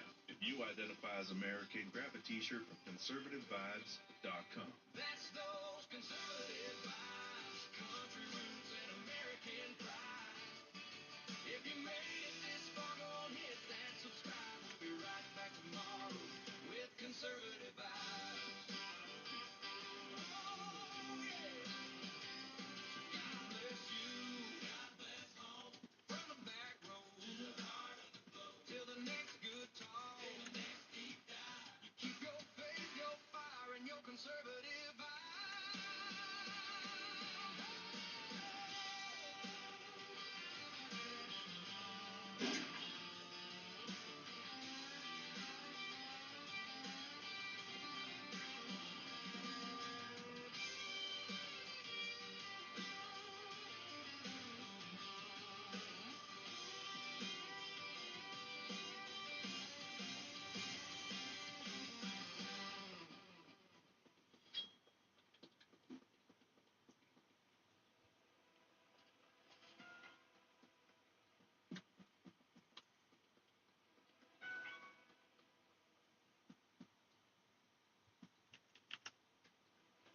Subcommittee was the existence of one Joseph Valachi, 60 years old, convicted dope peddler, convicted murderer, and one-time member of the Mafia, or Cosa Nostra.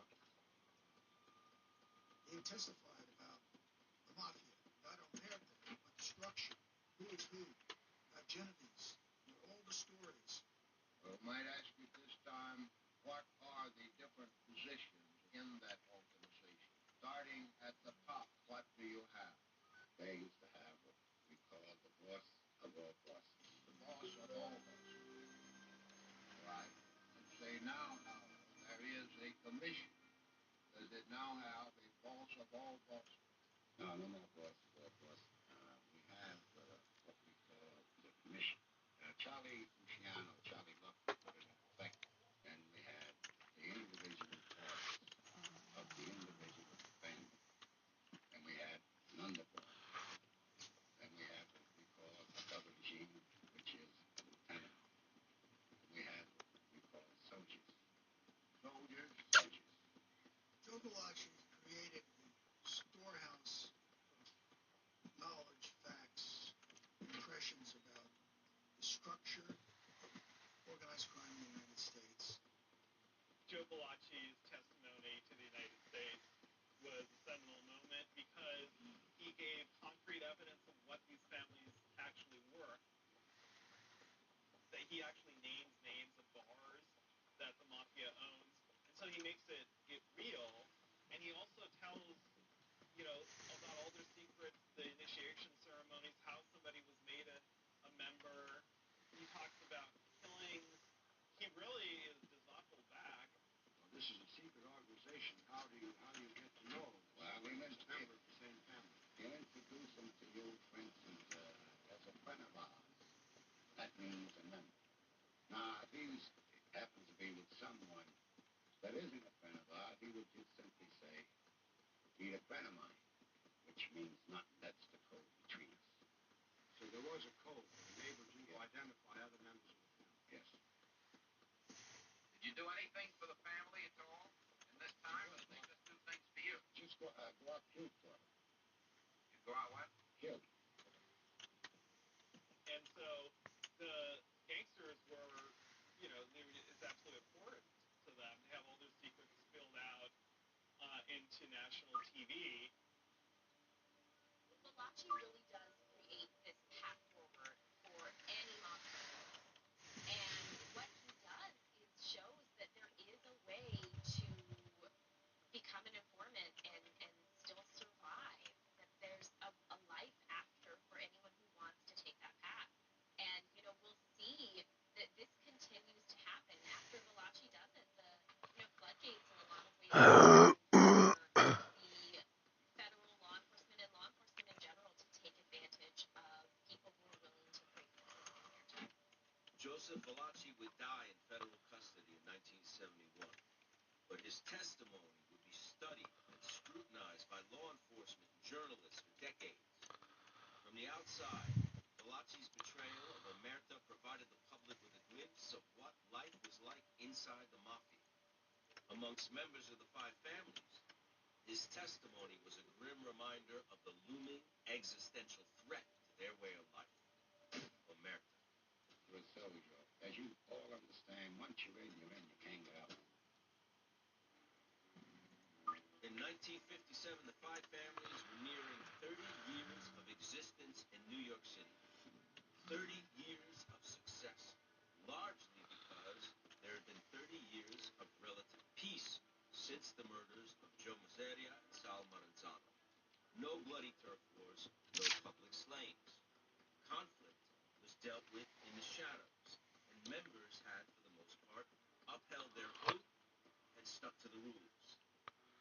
But that was about to change.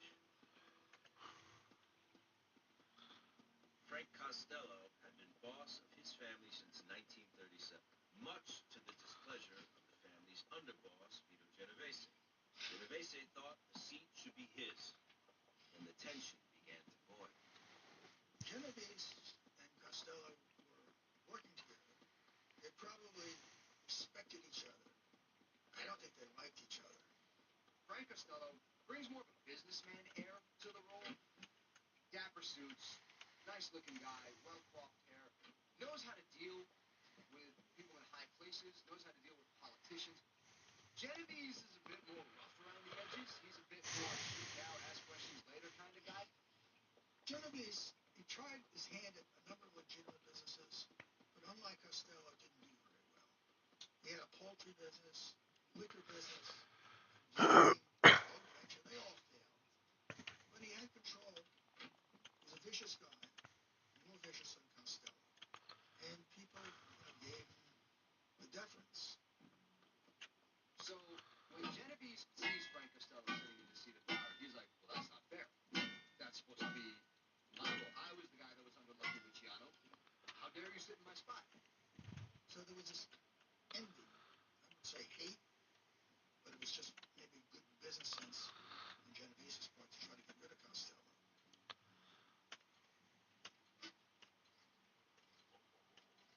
Frank Costello was having dinner, coffee at some Upper East Side restaurants not far from his home on Central Park West.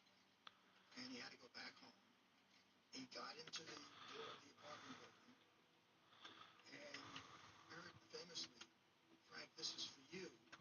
Frank turned his head. Instead of hitting straight on, sort of grazed Frank's turning head. And the shooter fled. Costello survived the attempt on his life. When questioned by police after, he claimed he never got a good look at the shooter. But even if he had, it wouldn't matter. The commission rules still held. Omerta. The Majestic's doorman, however, did not live by the same codes. He got a good look. And when presented with photos by investigators, he identified Vincent Gigante. Gigante was, according to our information, a protege of Genovese. He was the bright boy. He was the rising star of the underworld. My name is Rita Gigante. I am the daughter of Vincent Gigante. Someone came to Vito and said, look at this kid, he's promising. He knew he had to do something to prove himself. But he liked Frank. And he missed. I don't think he really, in a sense, wanted to do that.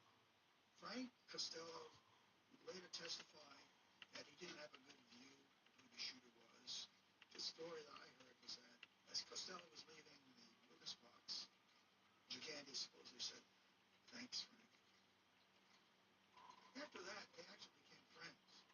Costello had Gigante over for dinner and drinks in his apartment. The hatchet, so to speak, was buried. But this all sort of created the thought in Costello's mind that, hey, maybe I should step back and, if I want to survive, sort of retire. Frank Costello would relinquish control of his family to Vito Genovese and fall into the background. He would not seek revenge in the streets or on the witness stand. he'd uphold his end of the deal, put the family first, follow the code. But Genovese's brazen act did not go unnoticed by the other bosses. Albert and Anastasia lobbied the commission to approve a hit on Genovese, and tension got hot. On the brink of an all-out war, Joe Bonanno, the secure leader of his own family, mediated a peace agreement and successfully settled the ship. In the aftermath of the intervention, Bonanno declared himself the capo consigliere, chief counselor of the commission. It was a made-up title, but enough for Bonanno to believe he was above the law and above the rules,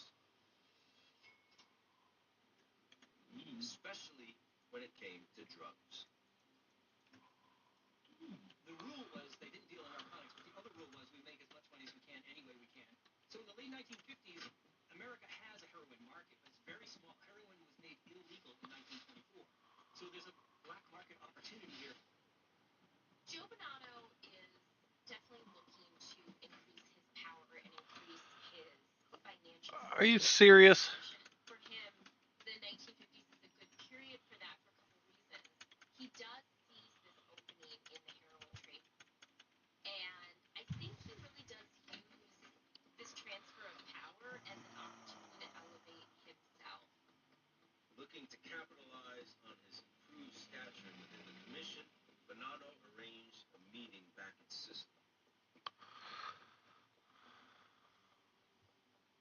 So the meeting was really an occasion for Joe Bonanno to show off his so-called leadership. Joe Bonanno wanted to portray himself as a spokesperson for all of the Americans, the most important boss, the boss who could change everyone else's mind. So we do know that a lot of Americans were at the meeting in an attempt to set up an international intercontinental business for drugs. And the big question on the table is, how can we create an organization and a system by which we can import heroin from Europe into the United States? And they basically divide up the world, so to speak, and come to an agreement about division of labor between Sicilian and American organized crime. Bonanno and the bosses in Sicily came up with this idea. Sicilians would bring the heroin into the States, and the Americans would tell them where there were good mines. So this was territory that the Sicilians had no knowledge. They needed guidance. And they brought it in, they packaged it very cheap, $5 and $10 bags. And the Americans, especially Bonanno, believed this was a good way of earning a buck without doing anything. The Mafia got a commission. They didn't have to do anything. The Sicilians were happy because they had a big market. Meeting in Palermo, being able to make these connections with the Sicilian Mafia and solidify transportation routes to get heroin into the United States is what he sees as his ticket forward. The drug trade in the 50s and 60s is interesting because the Mafia doesn't ever want to admit, even to themselves, that they're that involved in the drug trade. The 1950s, 60s, 90% of heroin is coming into the United States through the Italian-American Mafia. Joe Bonanno and the five families' investment in the drug trade over the next several decades would ultimately become a tremendous burden.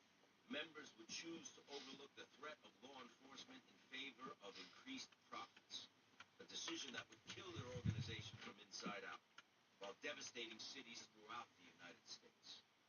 With this new flow of heroin onto the streets of America, Americans are going to take up heroin in a big way. The most grievous sin that the Mafia in America committed is the damage that it did to the big cities. There was no heroin in Harlem. There was no heroin in Lower East Side or in Brooklyn. And what it did was it destroyed the inner cities. And it's a sin that's still with us today. To the naked eye, Joe Colombo was a businessman, an organizer, a public figure. But beneath the surface, he continued to lead one of New York's most powerful crime families and he was sworn to a code of secrecy, a code that, if threatened, could cost him his life. As Joe Colombo's public exposure increased, the other bosses looked on uneasily. At the time, Carlo Gambino was the most tenured and respected boss in New York. Gambino and his allies in the Lucchese family had enthusiastically supported Colombo's Civil Rights League in the beginning. The word on the street was that the bosses were having second thoughts, that all the publicity was doing more harm than good. But Colombo was unperturbed. By this point, Joseph Colombo had been boss of the Mafia family for 7 years. He had come to power at the end of the Gallo-Profaci War, a time of great conflict and uncertainty within the family. But he had successfully steadied the ship. It may have been his strong leadership qualities, or perhaps the fact that the family's biggest troublemaker, Joey Gallo, was stuck in jail. That was about to change, however. Crazy Joe would soon be back on the street, which meant trouble for Joe Colombo. While Joe Colombo and his league members prepared for their biggest rally yet, the Gallo crew down on President Street had other plans.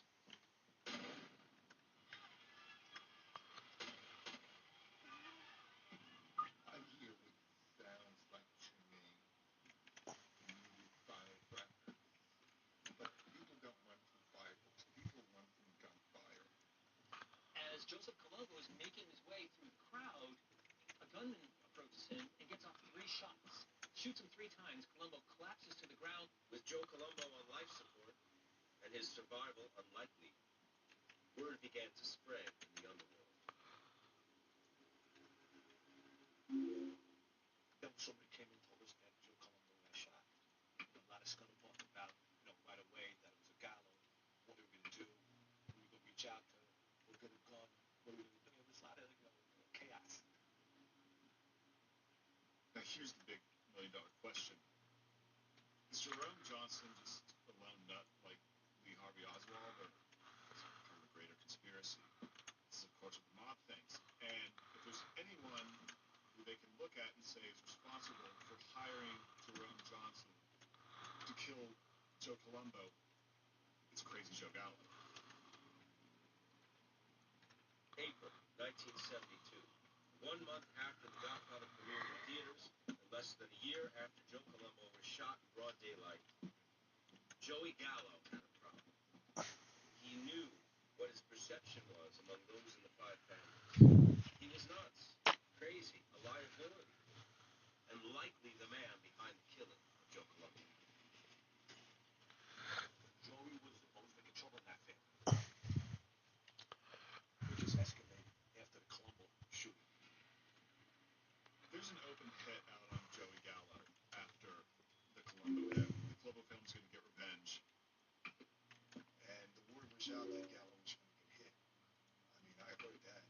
And that's why they told me, again, afterwards, not to go down to the road anymore. She was known to go down there quite a bit. I said, stay away from that road. As a matter of fact, don't come into Brooklyn for a while.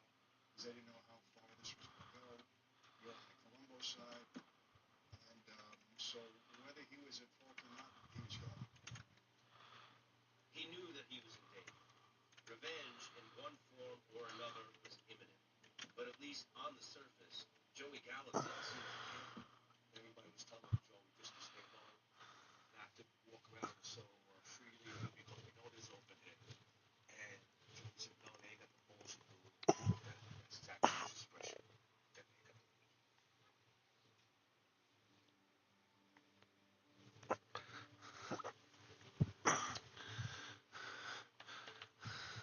So Joey Gallo's basically walking around the streets of New York. He's kind of the Walking Dead. At the same time, in the wake of the Godfather movies, he's become a celebrity because the Godfather's a hit. And all of a sudden, society types in New York City want to start hanging out with the real gangsters, especially a gangster who's as erudite and intelligent as Crazy Joe Gallo. Wow, these guys aren't really that bad. They're just on the other side of the system. So there's this sort of naive thinking in New York high society that makes Joey Gallo a bona fide celebrity.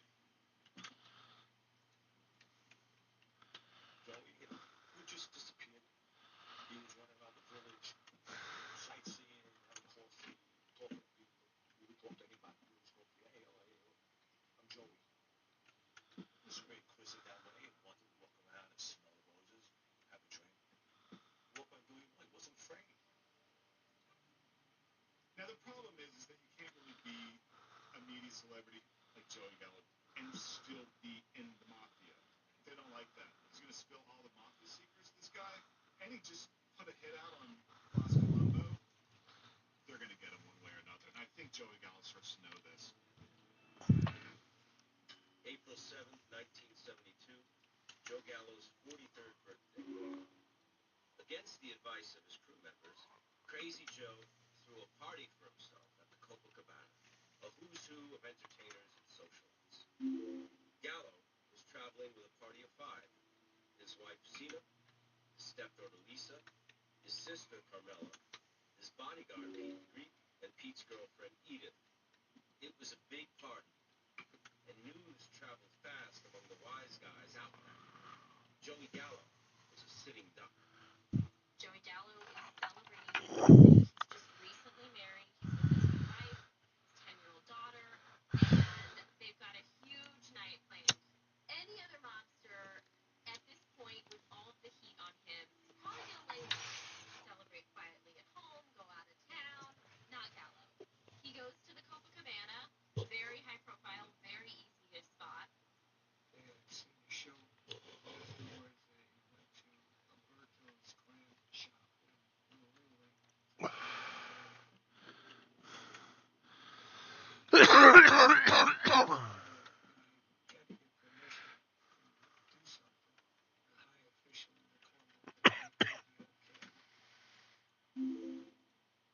They went through the kitchen of the restaurant and they just started shooting. Gallo got up, tried to get out of the Alberto's, crawled to the door, and got out to the street. Staggers out and drops dead.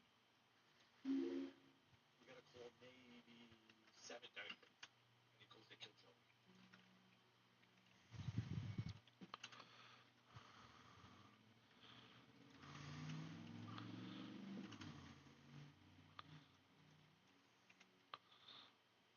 At about 5:30 this morning, the best we can determine at the moment, an unidentified man walked in the side door, fired some shots, and then ran from the premises.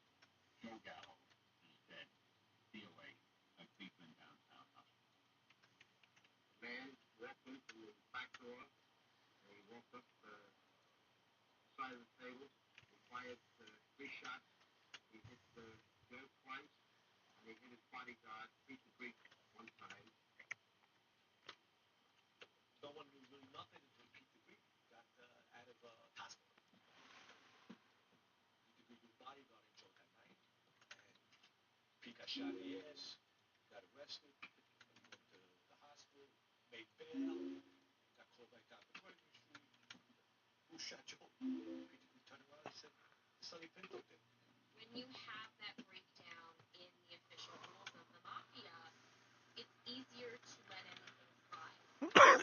Instead of doing something in a way that's not going to affect the family, this is now just commonplace. You can kill someone in front of their wife and child, and that's an accepted part of doing business with the mob. The period of the 1970s in a lot of ways becomes the undoing of these traditional mafia families.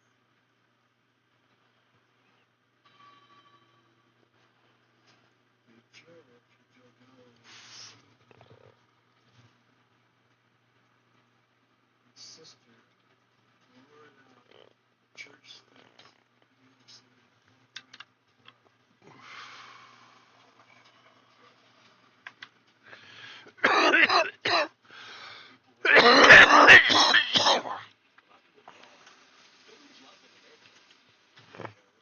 He was liked.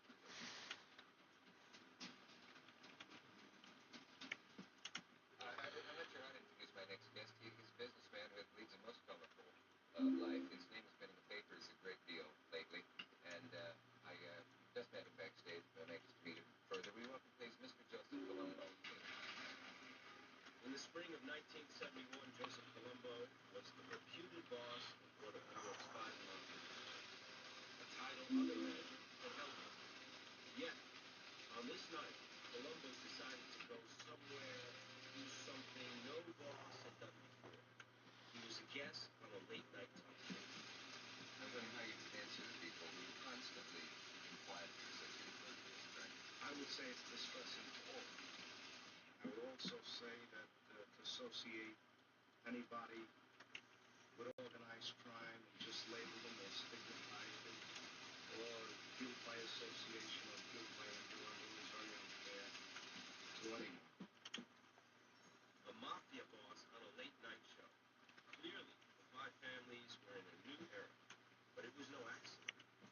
This was all a part of Joe Colombo's plan. A plan that started years earlier.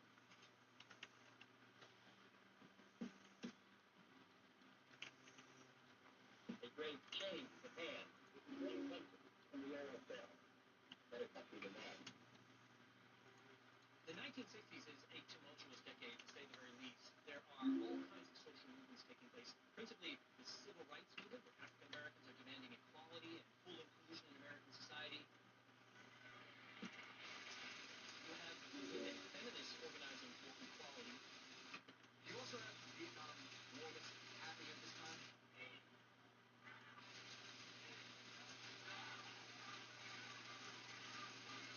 All of these things lead to a lot of Americans during this era no longer trusting the government. At the same time, the five families, the core of the American mafia, was in the midst of its own period of change. By 1963, four of the five original bosses were dead. And for the first time, one of New York's five families would be led by an American mafioso, Joseph Colombo. In the early 60s, there was a deal where Joe Colombo, he was on a hit squad to go after Carlo Gambino, and rather than carry that out, he would let Carlo know what was happening, and as a result of that, Joe Colombo was given the privilege of becoming boss man. That's how he got it. Everybody thinks that we changed the names. It's the FBI that changes them. We didn't call ourselves anything. They changed it from Profaci to Colombo. Joseph Colombo, born and raised in South Brooklyn. Here, the mafia wasn't just part of life, it was life. Colombo's father, Anthony, was a made man in the Profaci family.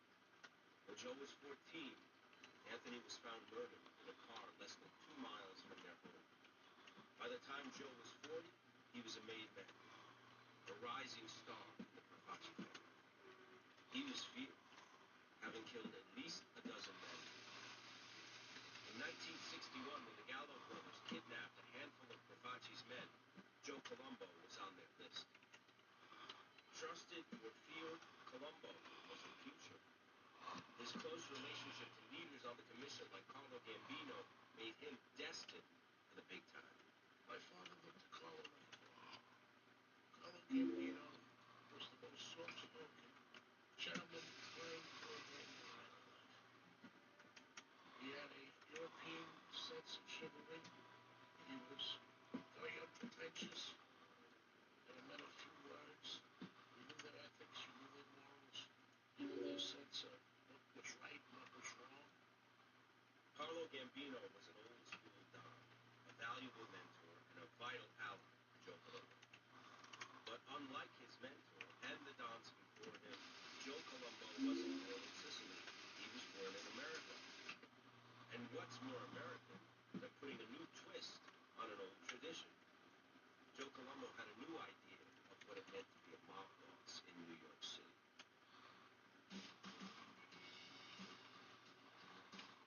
My name is Joe Colombo. I should be treated the same as anybody else. Joe Colombo is just a much more sensible gangster. He's got a funeral parlor. He's got a car dealership. If someone wants to talk business in the cop shop, he's just saying, I'm just showing the guy a car. He's very business-oriented. Joe Colombo was totally innovative how he wanted to operate. He didn't escape from the media. He welcomed the media. The reality is that Joe Colombo is still running these extortion rackets. His family is still involved in all of these traditional racketeering operations that the family has always participated in. A wild loan shark, gambling,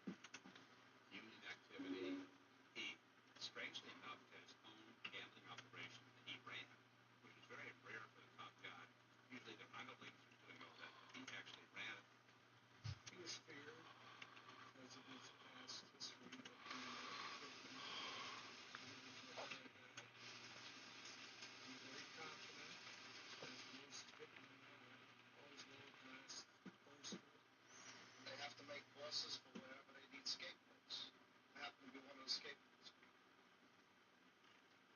As Colombo rose in stature in the criminal underworld, investigators began to take note.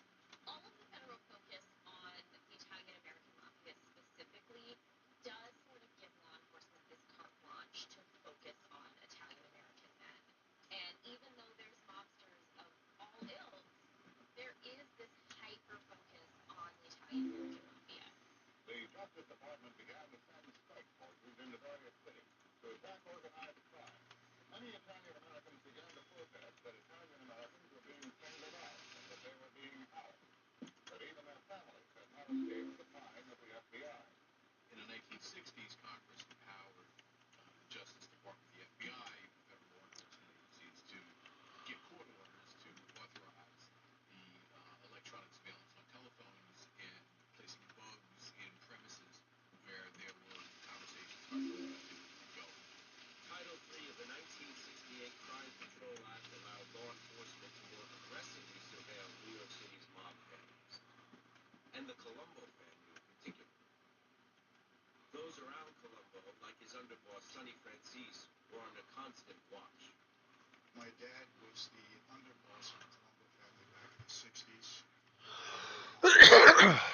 This man is John Sonny Francis. Francis, who has been arrested countless times, was described as a rising young lieutenant in the Brooklyn Mafia and one of the most dangerous mobsters in the country. And my dad was extremely high profile in terms of media attention, law enforcement investigations. And he was arrested several times, indicted several times in the state of New York. We had law enforcement around us all the time. They all had cars parked around our house 24 hours a day, 7 days a week. These women are the wives, sisters, and friends of the Colombo and Francis families. All of them claim the FBI is harassing their families. Oh, you must be Joe Colombo's sister. Well, we want to get to your brother. Why? Why do you want to get to my brother? Well, we're going to put him away. I grew up hating the police, hated law enforcement, hated the government. I always saw them as harassing my dad, harassing my family. We were all in a car and there were seven children, and they said, "Go ahead, Sonny, do something to me." And the other one pulled a gun out of his pocket and said, "Go ahead, because I'm dying to do it." Taking pictures, walking into your job, disrupting your Basic business. You get me upset. Because they've been in my house. They bothered my husband. disrespectful wakes, weddings, name it, they did it. There is no such thing as a mafia. I'm supposed to be the sister of the biggest mafia in New York. I don't know what the word means. People want to know this about Joe Colombo? No. What they want to know about Joe Colombo, he's gangster. He's connected with every dirty thing there is. We, the family, know he isn't.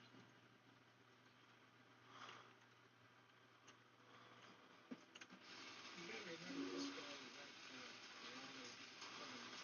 mafia guys. That was John in the Colombo family. He was hired by a lot of people, Gambino and other, to do those activities. He was a tough guy, and he was a fighter, and he wanted to fight back, and the investigation activity involving the Colombo family was pretty intense. They had a very strong squad. It was a natural instinct. He saw the FBI coming at his family, and he fought back. If there was one characteristic, one universal instinct of all men in the mafia, it was to protect their families at all costs. To defend when necessary. Joe Colombo was no different. He realized early that the best defense was a good offense. I would say that the conspiracy in this country has all kind of Americans. No, stop saying it control. I feel that the father of our country treats us all like his children. Mr. Colombo, are you the boss of the lot? No, I am not. Is there a lot? No, there is not. John Joseph Gotti Jr. was the fifth of 13 children. A grandson of Neapolitan immigrants, he found his way as an adolescent on the streets of East New York. Car thefts, muggings, developed a bit of a temper, and a penchant for violence. By his teens, he fell in with the Gambino crew and found a mentor in Gambino underboss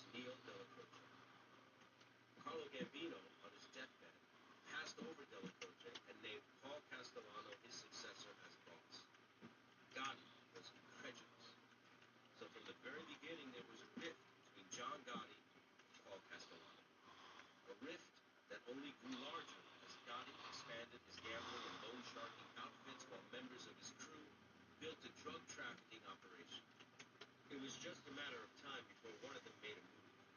And John Gotti moved first. Today, authorities say Gotti is being sought by the FBI for questioning in the murder of the two men who stood in his way for control of the Gambino family. Paul Castellano, the head of the Gambino family, was killed because he was upset with John Gotti and his crew being involved in narcotics. Castellano didn't want any part of narcotics. Gotti did because it made him money. The killing of the mafia boss is very disruptive, obviously, to the Cosa Nostra. When Gotti kills Castellano, there are rumors about who supported it and who didn't.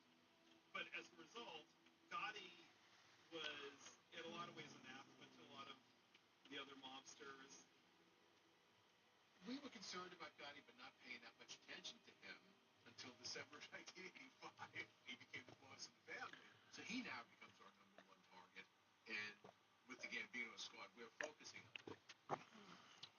Gotti is able to evade law enforcement for a few years, and it's a combination of having this network where he's able to insulate himself from specific crimes and specific offenses. There's also just this reality that he's untouchable. It had been 6 years since New York City had seen a mob killing like this. Now prosecutors were forced to reckon with the fact that John Gotti had gotten to Paul Castellano before law enforcement could. And worst of all, he'd made a clean getaway. With minimal hard evidence linking Gotti to the hit, he took over control of the Gambino family with little restriction. John Gotti bursts onto the scene in the American perception. Suddenly he's on the front page of the tabloids, and he's this persona right out of central casting. John Gotti showed up at the right time in New York. You have more lavish parties happening at night. You've got bigger nightclubs. You've got more celebrities stepping out at night. And again, being photographed by the media. John Gotti is one of these guys that likes to be photographed by the paparazzi. He is called the Dapper Don. One report said each suit cost $1,000. Gotti supposedly got angry. The suits cost $1,800. Gotti was on the front page all the time, and the aura grows around him. The Brioni suits, and Andy Warhol does a portrait of him. He became a star. He's a murderer, he's a drug dealer, he's this and he's that. People loved him. You know what I mean? I think there's probably still people out in Howard Beach who still love him. That's the best man around, and I'm 45 years old, the best man for me. As far as Mr. Gotti goes, I've known him as a youngster and always as a gentleman. Whenever I see him walking, he always has a marvelous smile on his face. In fact, I admire the way he dresses. He's always been a very respectable person in the community. But I find it very hard to believe what they're saying about him. Gotti, more than anybody, was the guy who galvanized that image of the mobster in the 80s. While the jury began to finally deliberate his case, John Gotti has apparently not lost his sense of humor. What do you think? How come you don't listen to the tapes? How come you don't put the earphones on? I like Julio and Blaze. His contemporaries, however, knew that public displays of wealth and arrogance led to indictments and violence. It was another breach of their code. So while Gotti made headlines, members of other families watched begrudgingly from the shadows, namely his old ally from the Bonanno family, underboss Joseph Messino. Messino and Gotti lived close together in the Howard Beach area. Well, geez, huh? Heavily Italian American, and not far from JFK Airport, which explains some of the mob activities. It's an area with teachers, lawyers, of course, infamously known for some of the mob characters that lived there, among them being Joe Messino and John Gotti. They helped each other, Gotti's people helped Messino when they took care of the three captains. Helped them dispose of the bodies. But I don't think Gotti and Messino liked each other. Joe Messino wanted to be the quiet Don. He did not want to have anybody know who he was. He didn't want anybody focusing on him. When he became the real full-time acknowledged boss, that's how he ran his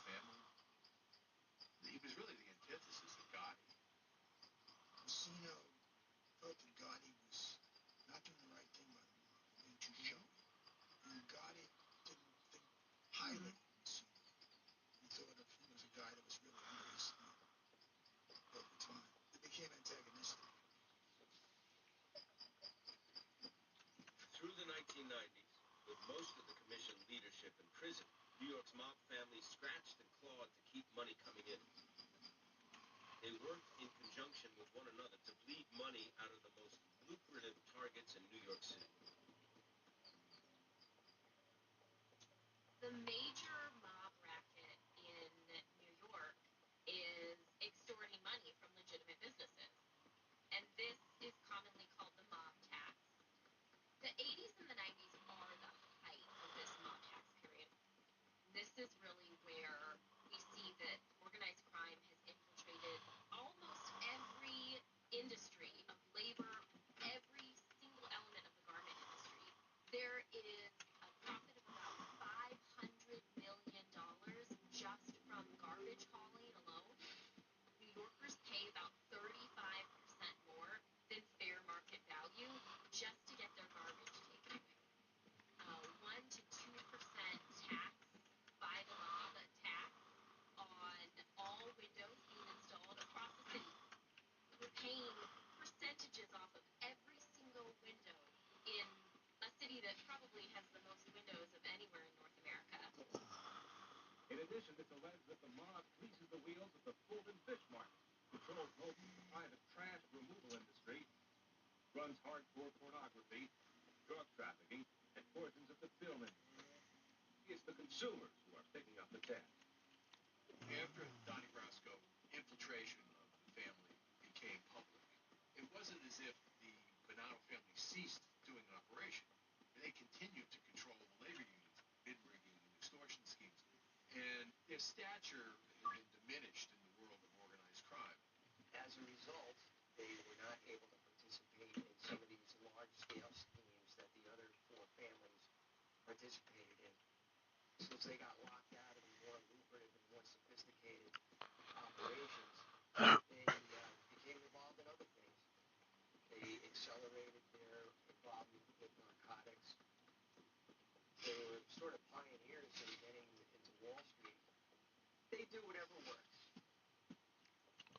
The Post was a perfect example of targets of opportunity.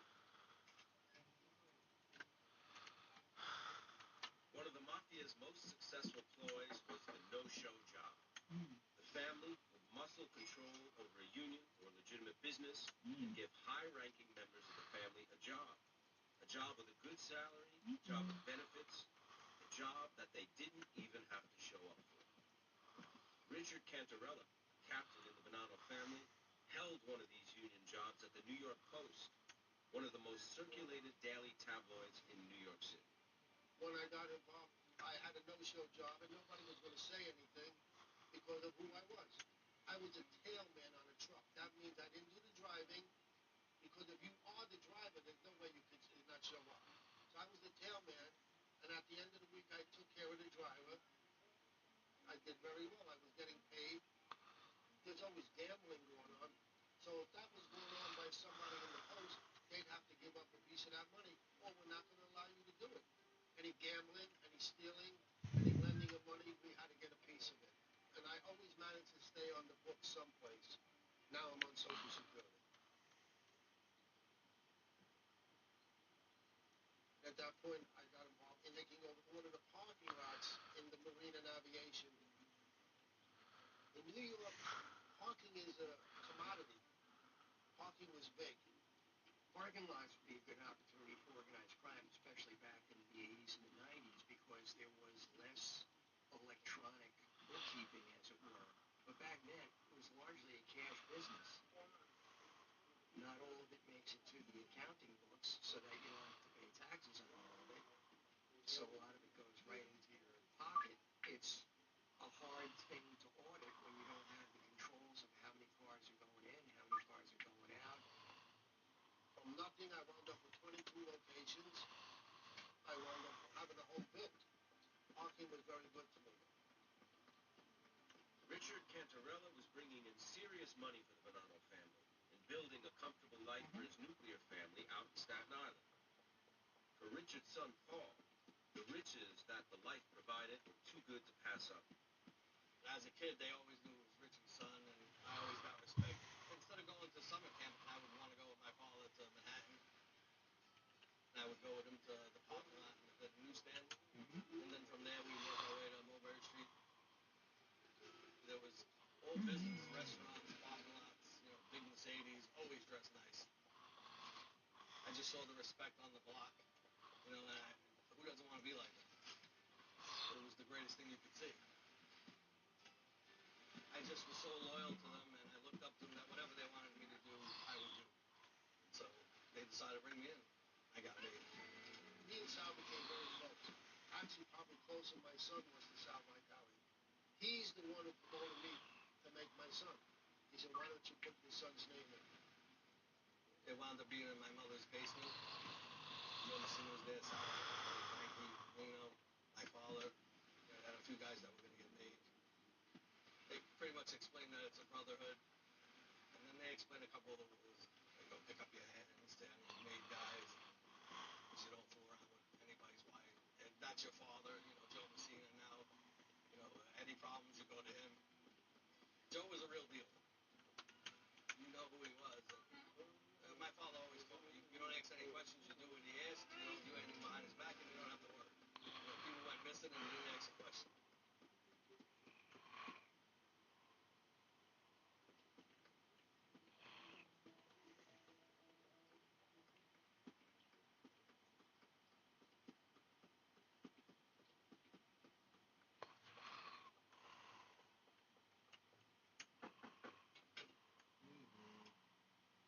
When you join the La Cosa Nostra, you're in it for life. You have to have honor and respect. But when somebody does something wrong, I mean, you know, they're going to get killed. Louis DeMarco was a junkie who was sticking up a made member of the call-up for Cosa Nostra. So Angelo Bruno told us, find them and kill them. Me and Vincent Falcone hid in the one of the rooms in the hotel, and we waited for Louis DeMarco to walk to his car. When he came out, I ran out first and shot him in the back of the head.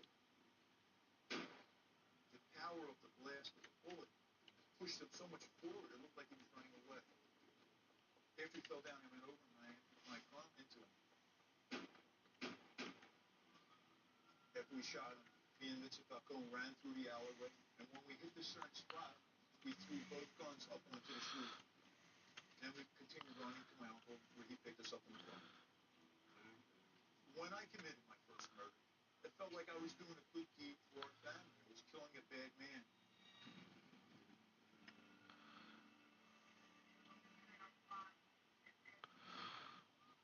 Mob warfare is on the rise all across the nation. This is the latest sign of organized crime in America becoming more and more disorganized. It's 1980, and the United States government is locked in a battle to the death with the mafia. And that sends a message to these people that they cannot be above the law, and that they will be brought to justice, and they will be killed. But the secret society known as Cosa Nostra still remains immensely powerful throughout the country. A force for corruption and extreme violence, especially in the cities of Philadelphia, Chicago, and New York. They say that California Yeah. was ambushed by two gunmen in ski masks as he walked to his car. Come on up. Gangs called families bring men in, but almost never let them outside. These men are witnesses to a secret society's history. It's just some pieces of pork belly. Oh, all right. Thank you. Nothing as good as a little piece of crunchy Oh, fried, yeah. fried fat and pork, right? Oh, yeah. You know. Thank you very much. I cooked Sarah pork chops and they didn't turn out the right way, and I said, "Oh no, I'm giving up on my frying pork. I don't care how." But I didn't fry them. I put them in the oven. Okay. All I did was put salt and pepper, so I don't know. Yeah. They probably would be good, like if you had something like sweet to kind of. How long did you? What temperature did you put them at? 410. 410. See what I would have done? I would have done it more like 250, 300, and just done it longer. Yeah, because basically you're kind of just trying to dehydrate it.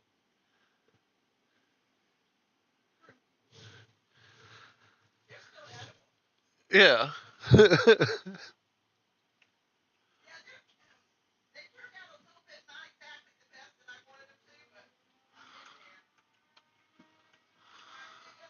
Say I love you.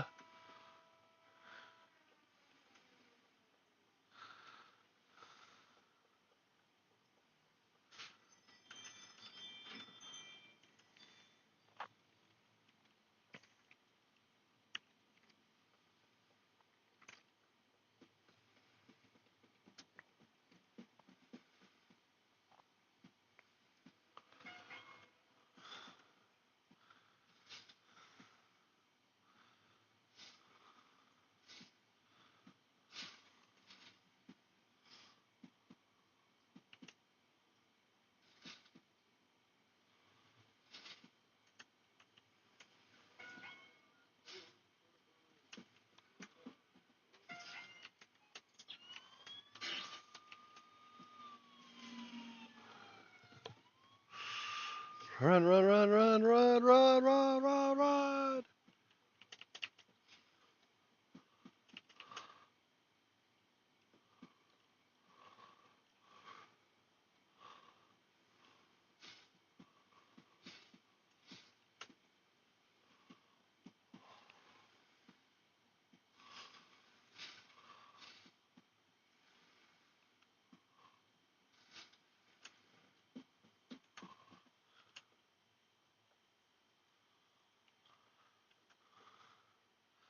I don't remember. What was I running here for? Oh.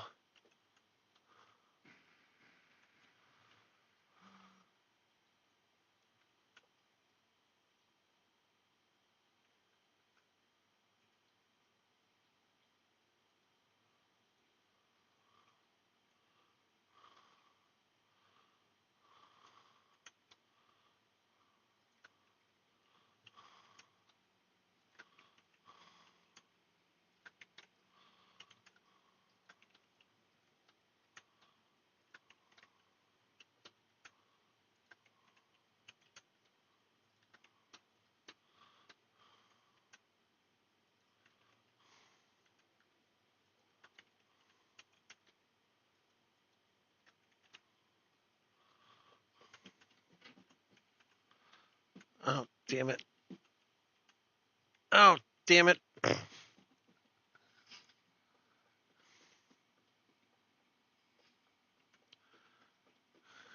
Scared the crap out of me.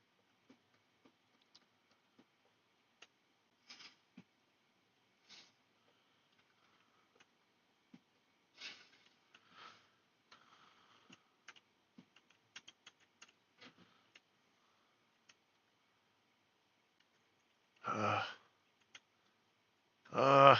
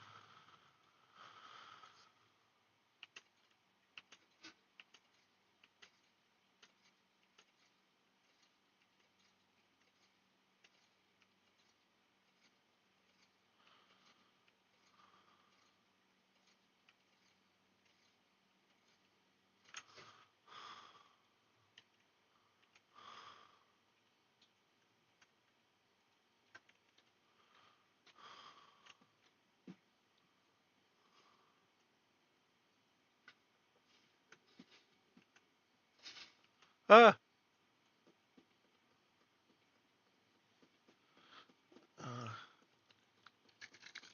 oh, man.